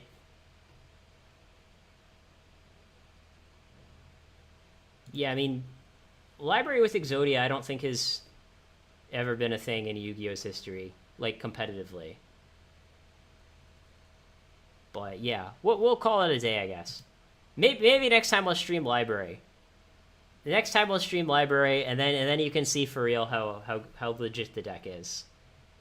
I know I asked in the poll, and people said like, no, don't stream Library, stream something else. But I think next time I legitimately should stream Library. Because yeah, I think like part of what people don't like about combo decks is like they don't like losing because they drew bad, and they feel like combo decks like have that element more so than other decks. But like sometimes you can draw well and still lose with like a normal deck, if that makes sense. I don't think Library ruins GOAT. Like, see, what's ironic to me is that people always say like, oh, combo decks are bad in GOAT and they ruin the format. Pick one. If combo decks are too good, they ruin the format. And if they're bad, they don't ruin the format.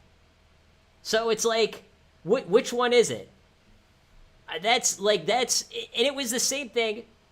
It was the same thing like in 2012, 2013 when I was playing Gishki. People would say, oh, Gishki is a horrible, unplayable deck that ruins the format. And it's like, no, pick one. Like, you can't believe both those things at the same time. If it's a bad deck, it doesn't ruin the format. I mean, that's almost like by definition. You know, like,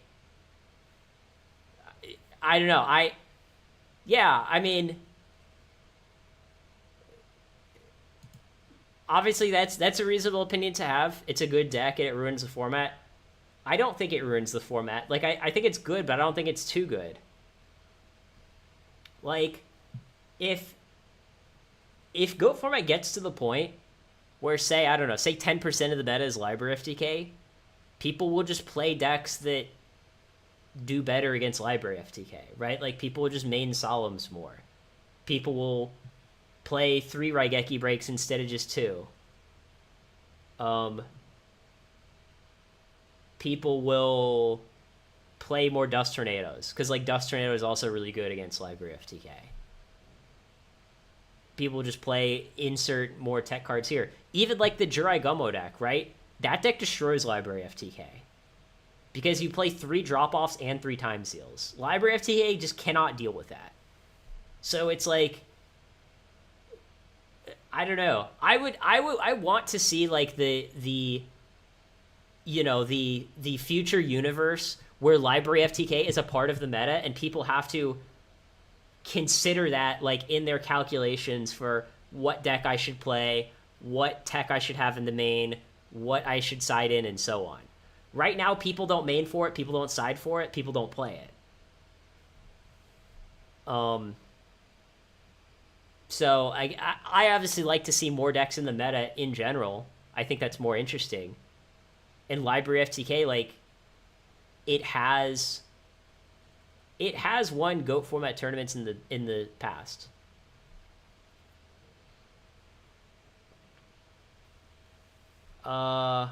I don't know what my favorite deck is.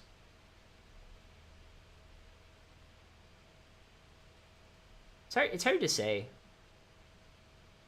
I mean, Chaos Return is probably up there.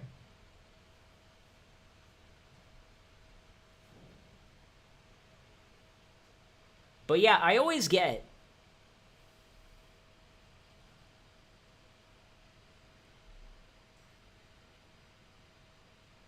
Leander, I don't know what you're saying is bad due to the rules at Time Wizard tournaments. If you mean library FTK, then you're wrong. If you mean something else, then I don't know. The only deck that I would say is, like, actively bad in Time is if you're playing, like, a quote-unquote Chaos Turbo deck with, like, Solemn Judgments and Upstarts in the main. Right? Like, if you're playing, like, double Upstart and, like, 2 or 3 Solemns, you know, I think, you know, that is going to be tough with Time rules. But, yeah, but with library FTK, it's like you just win in your main phase 1. So... you know, you don't really care. I mean, I guess for your non-FTK games, Time could end up being an issue. But the thing with library, too, is, like, you're just not going to go to Time. Because it's, like, you're either going to win very quickly or lose very quickly. There aren't, like, a ton of decisions to be made. But what's interesting is I think you can make the case that library benefits from Time rulings, because if people decide to play fewer Solemn Judgments than they would normally because they're worried about Time... then the fact that people aren't playing Solemns is good for library. So, yeah, I think that, if anything, I think library actually benefits from the modern Time rulings, just because it makes people less likely to play Solemns. Obviously, people are still going to play, like, 3 Solemns and Warriors, but I mean in decks other than Warriors.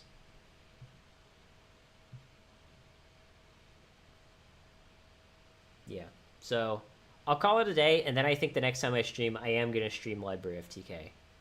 Because I think it's pretty good, and I think what people think is that, oh, the deck can't win if you don't FTK. And I would say, like, there's a decent number of games that you'll win without FTKing. Again, it kind of depends on the matchup, but... yeah, I don't know. I mean, I think some people have played it and still... doubt it. I always get, like, 1 or 2 people that, like, the day before Worlds want me to teach them how to play library FTK. And then I'm like, dude, like, if you shouldn't have... you, like, don't ask me the day before to, like, teach you how to play a new deck, right? Like, ask me a month before Worlds, and I'll teach you, like, all the tricks and how to decide for each matchup and whatnot. But, like, and then they just don't play it. because they ask me the day before. I say you shouldn't learn a new deck the day before Worlds, and then they don't play it at Worlds. But yeah, I think Library FTK would be like a decent deck for Worlds, especially since I think last year they did use time rules, and hence people I think were playing less Solemns. I don't know. I think this year would be interesting to see a Library FTK at Worlds, but we'll see it next week on stream. Yes, I do remember when he topped Worlds with Exodia, but I think it was Exodia. Yeah. Or did he top, or did he like get ninth or something? I don't remember. I think he went like 3-2 at Worlds with Exodia, and then like if I recalled correctly, like barely made top 8 or barely missed top 8. I forget which one it was. But anyways, I'm gonna call it a day.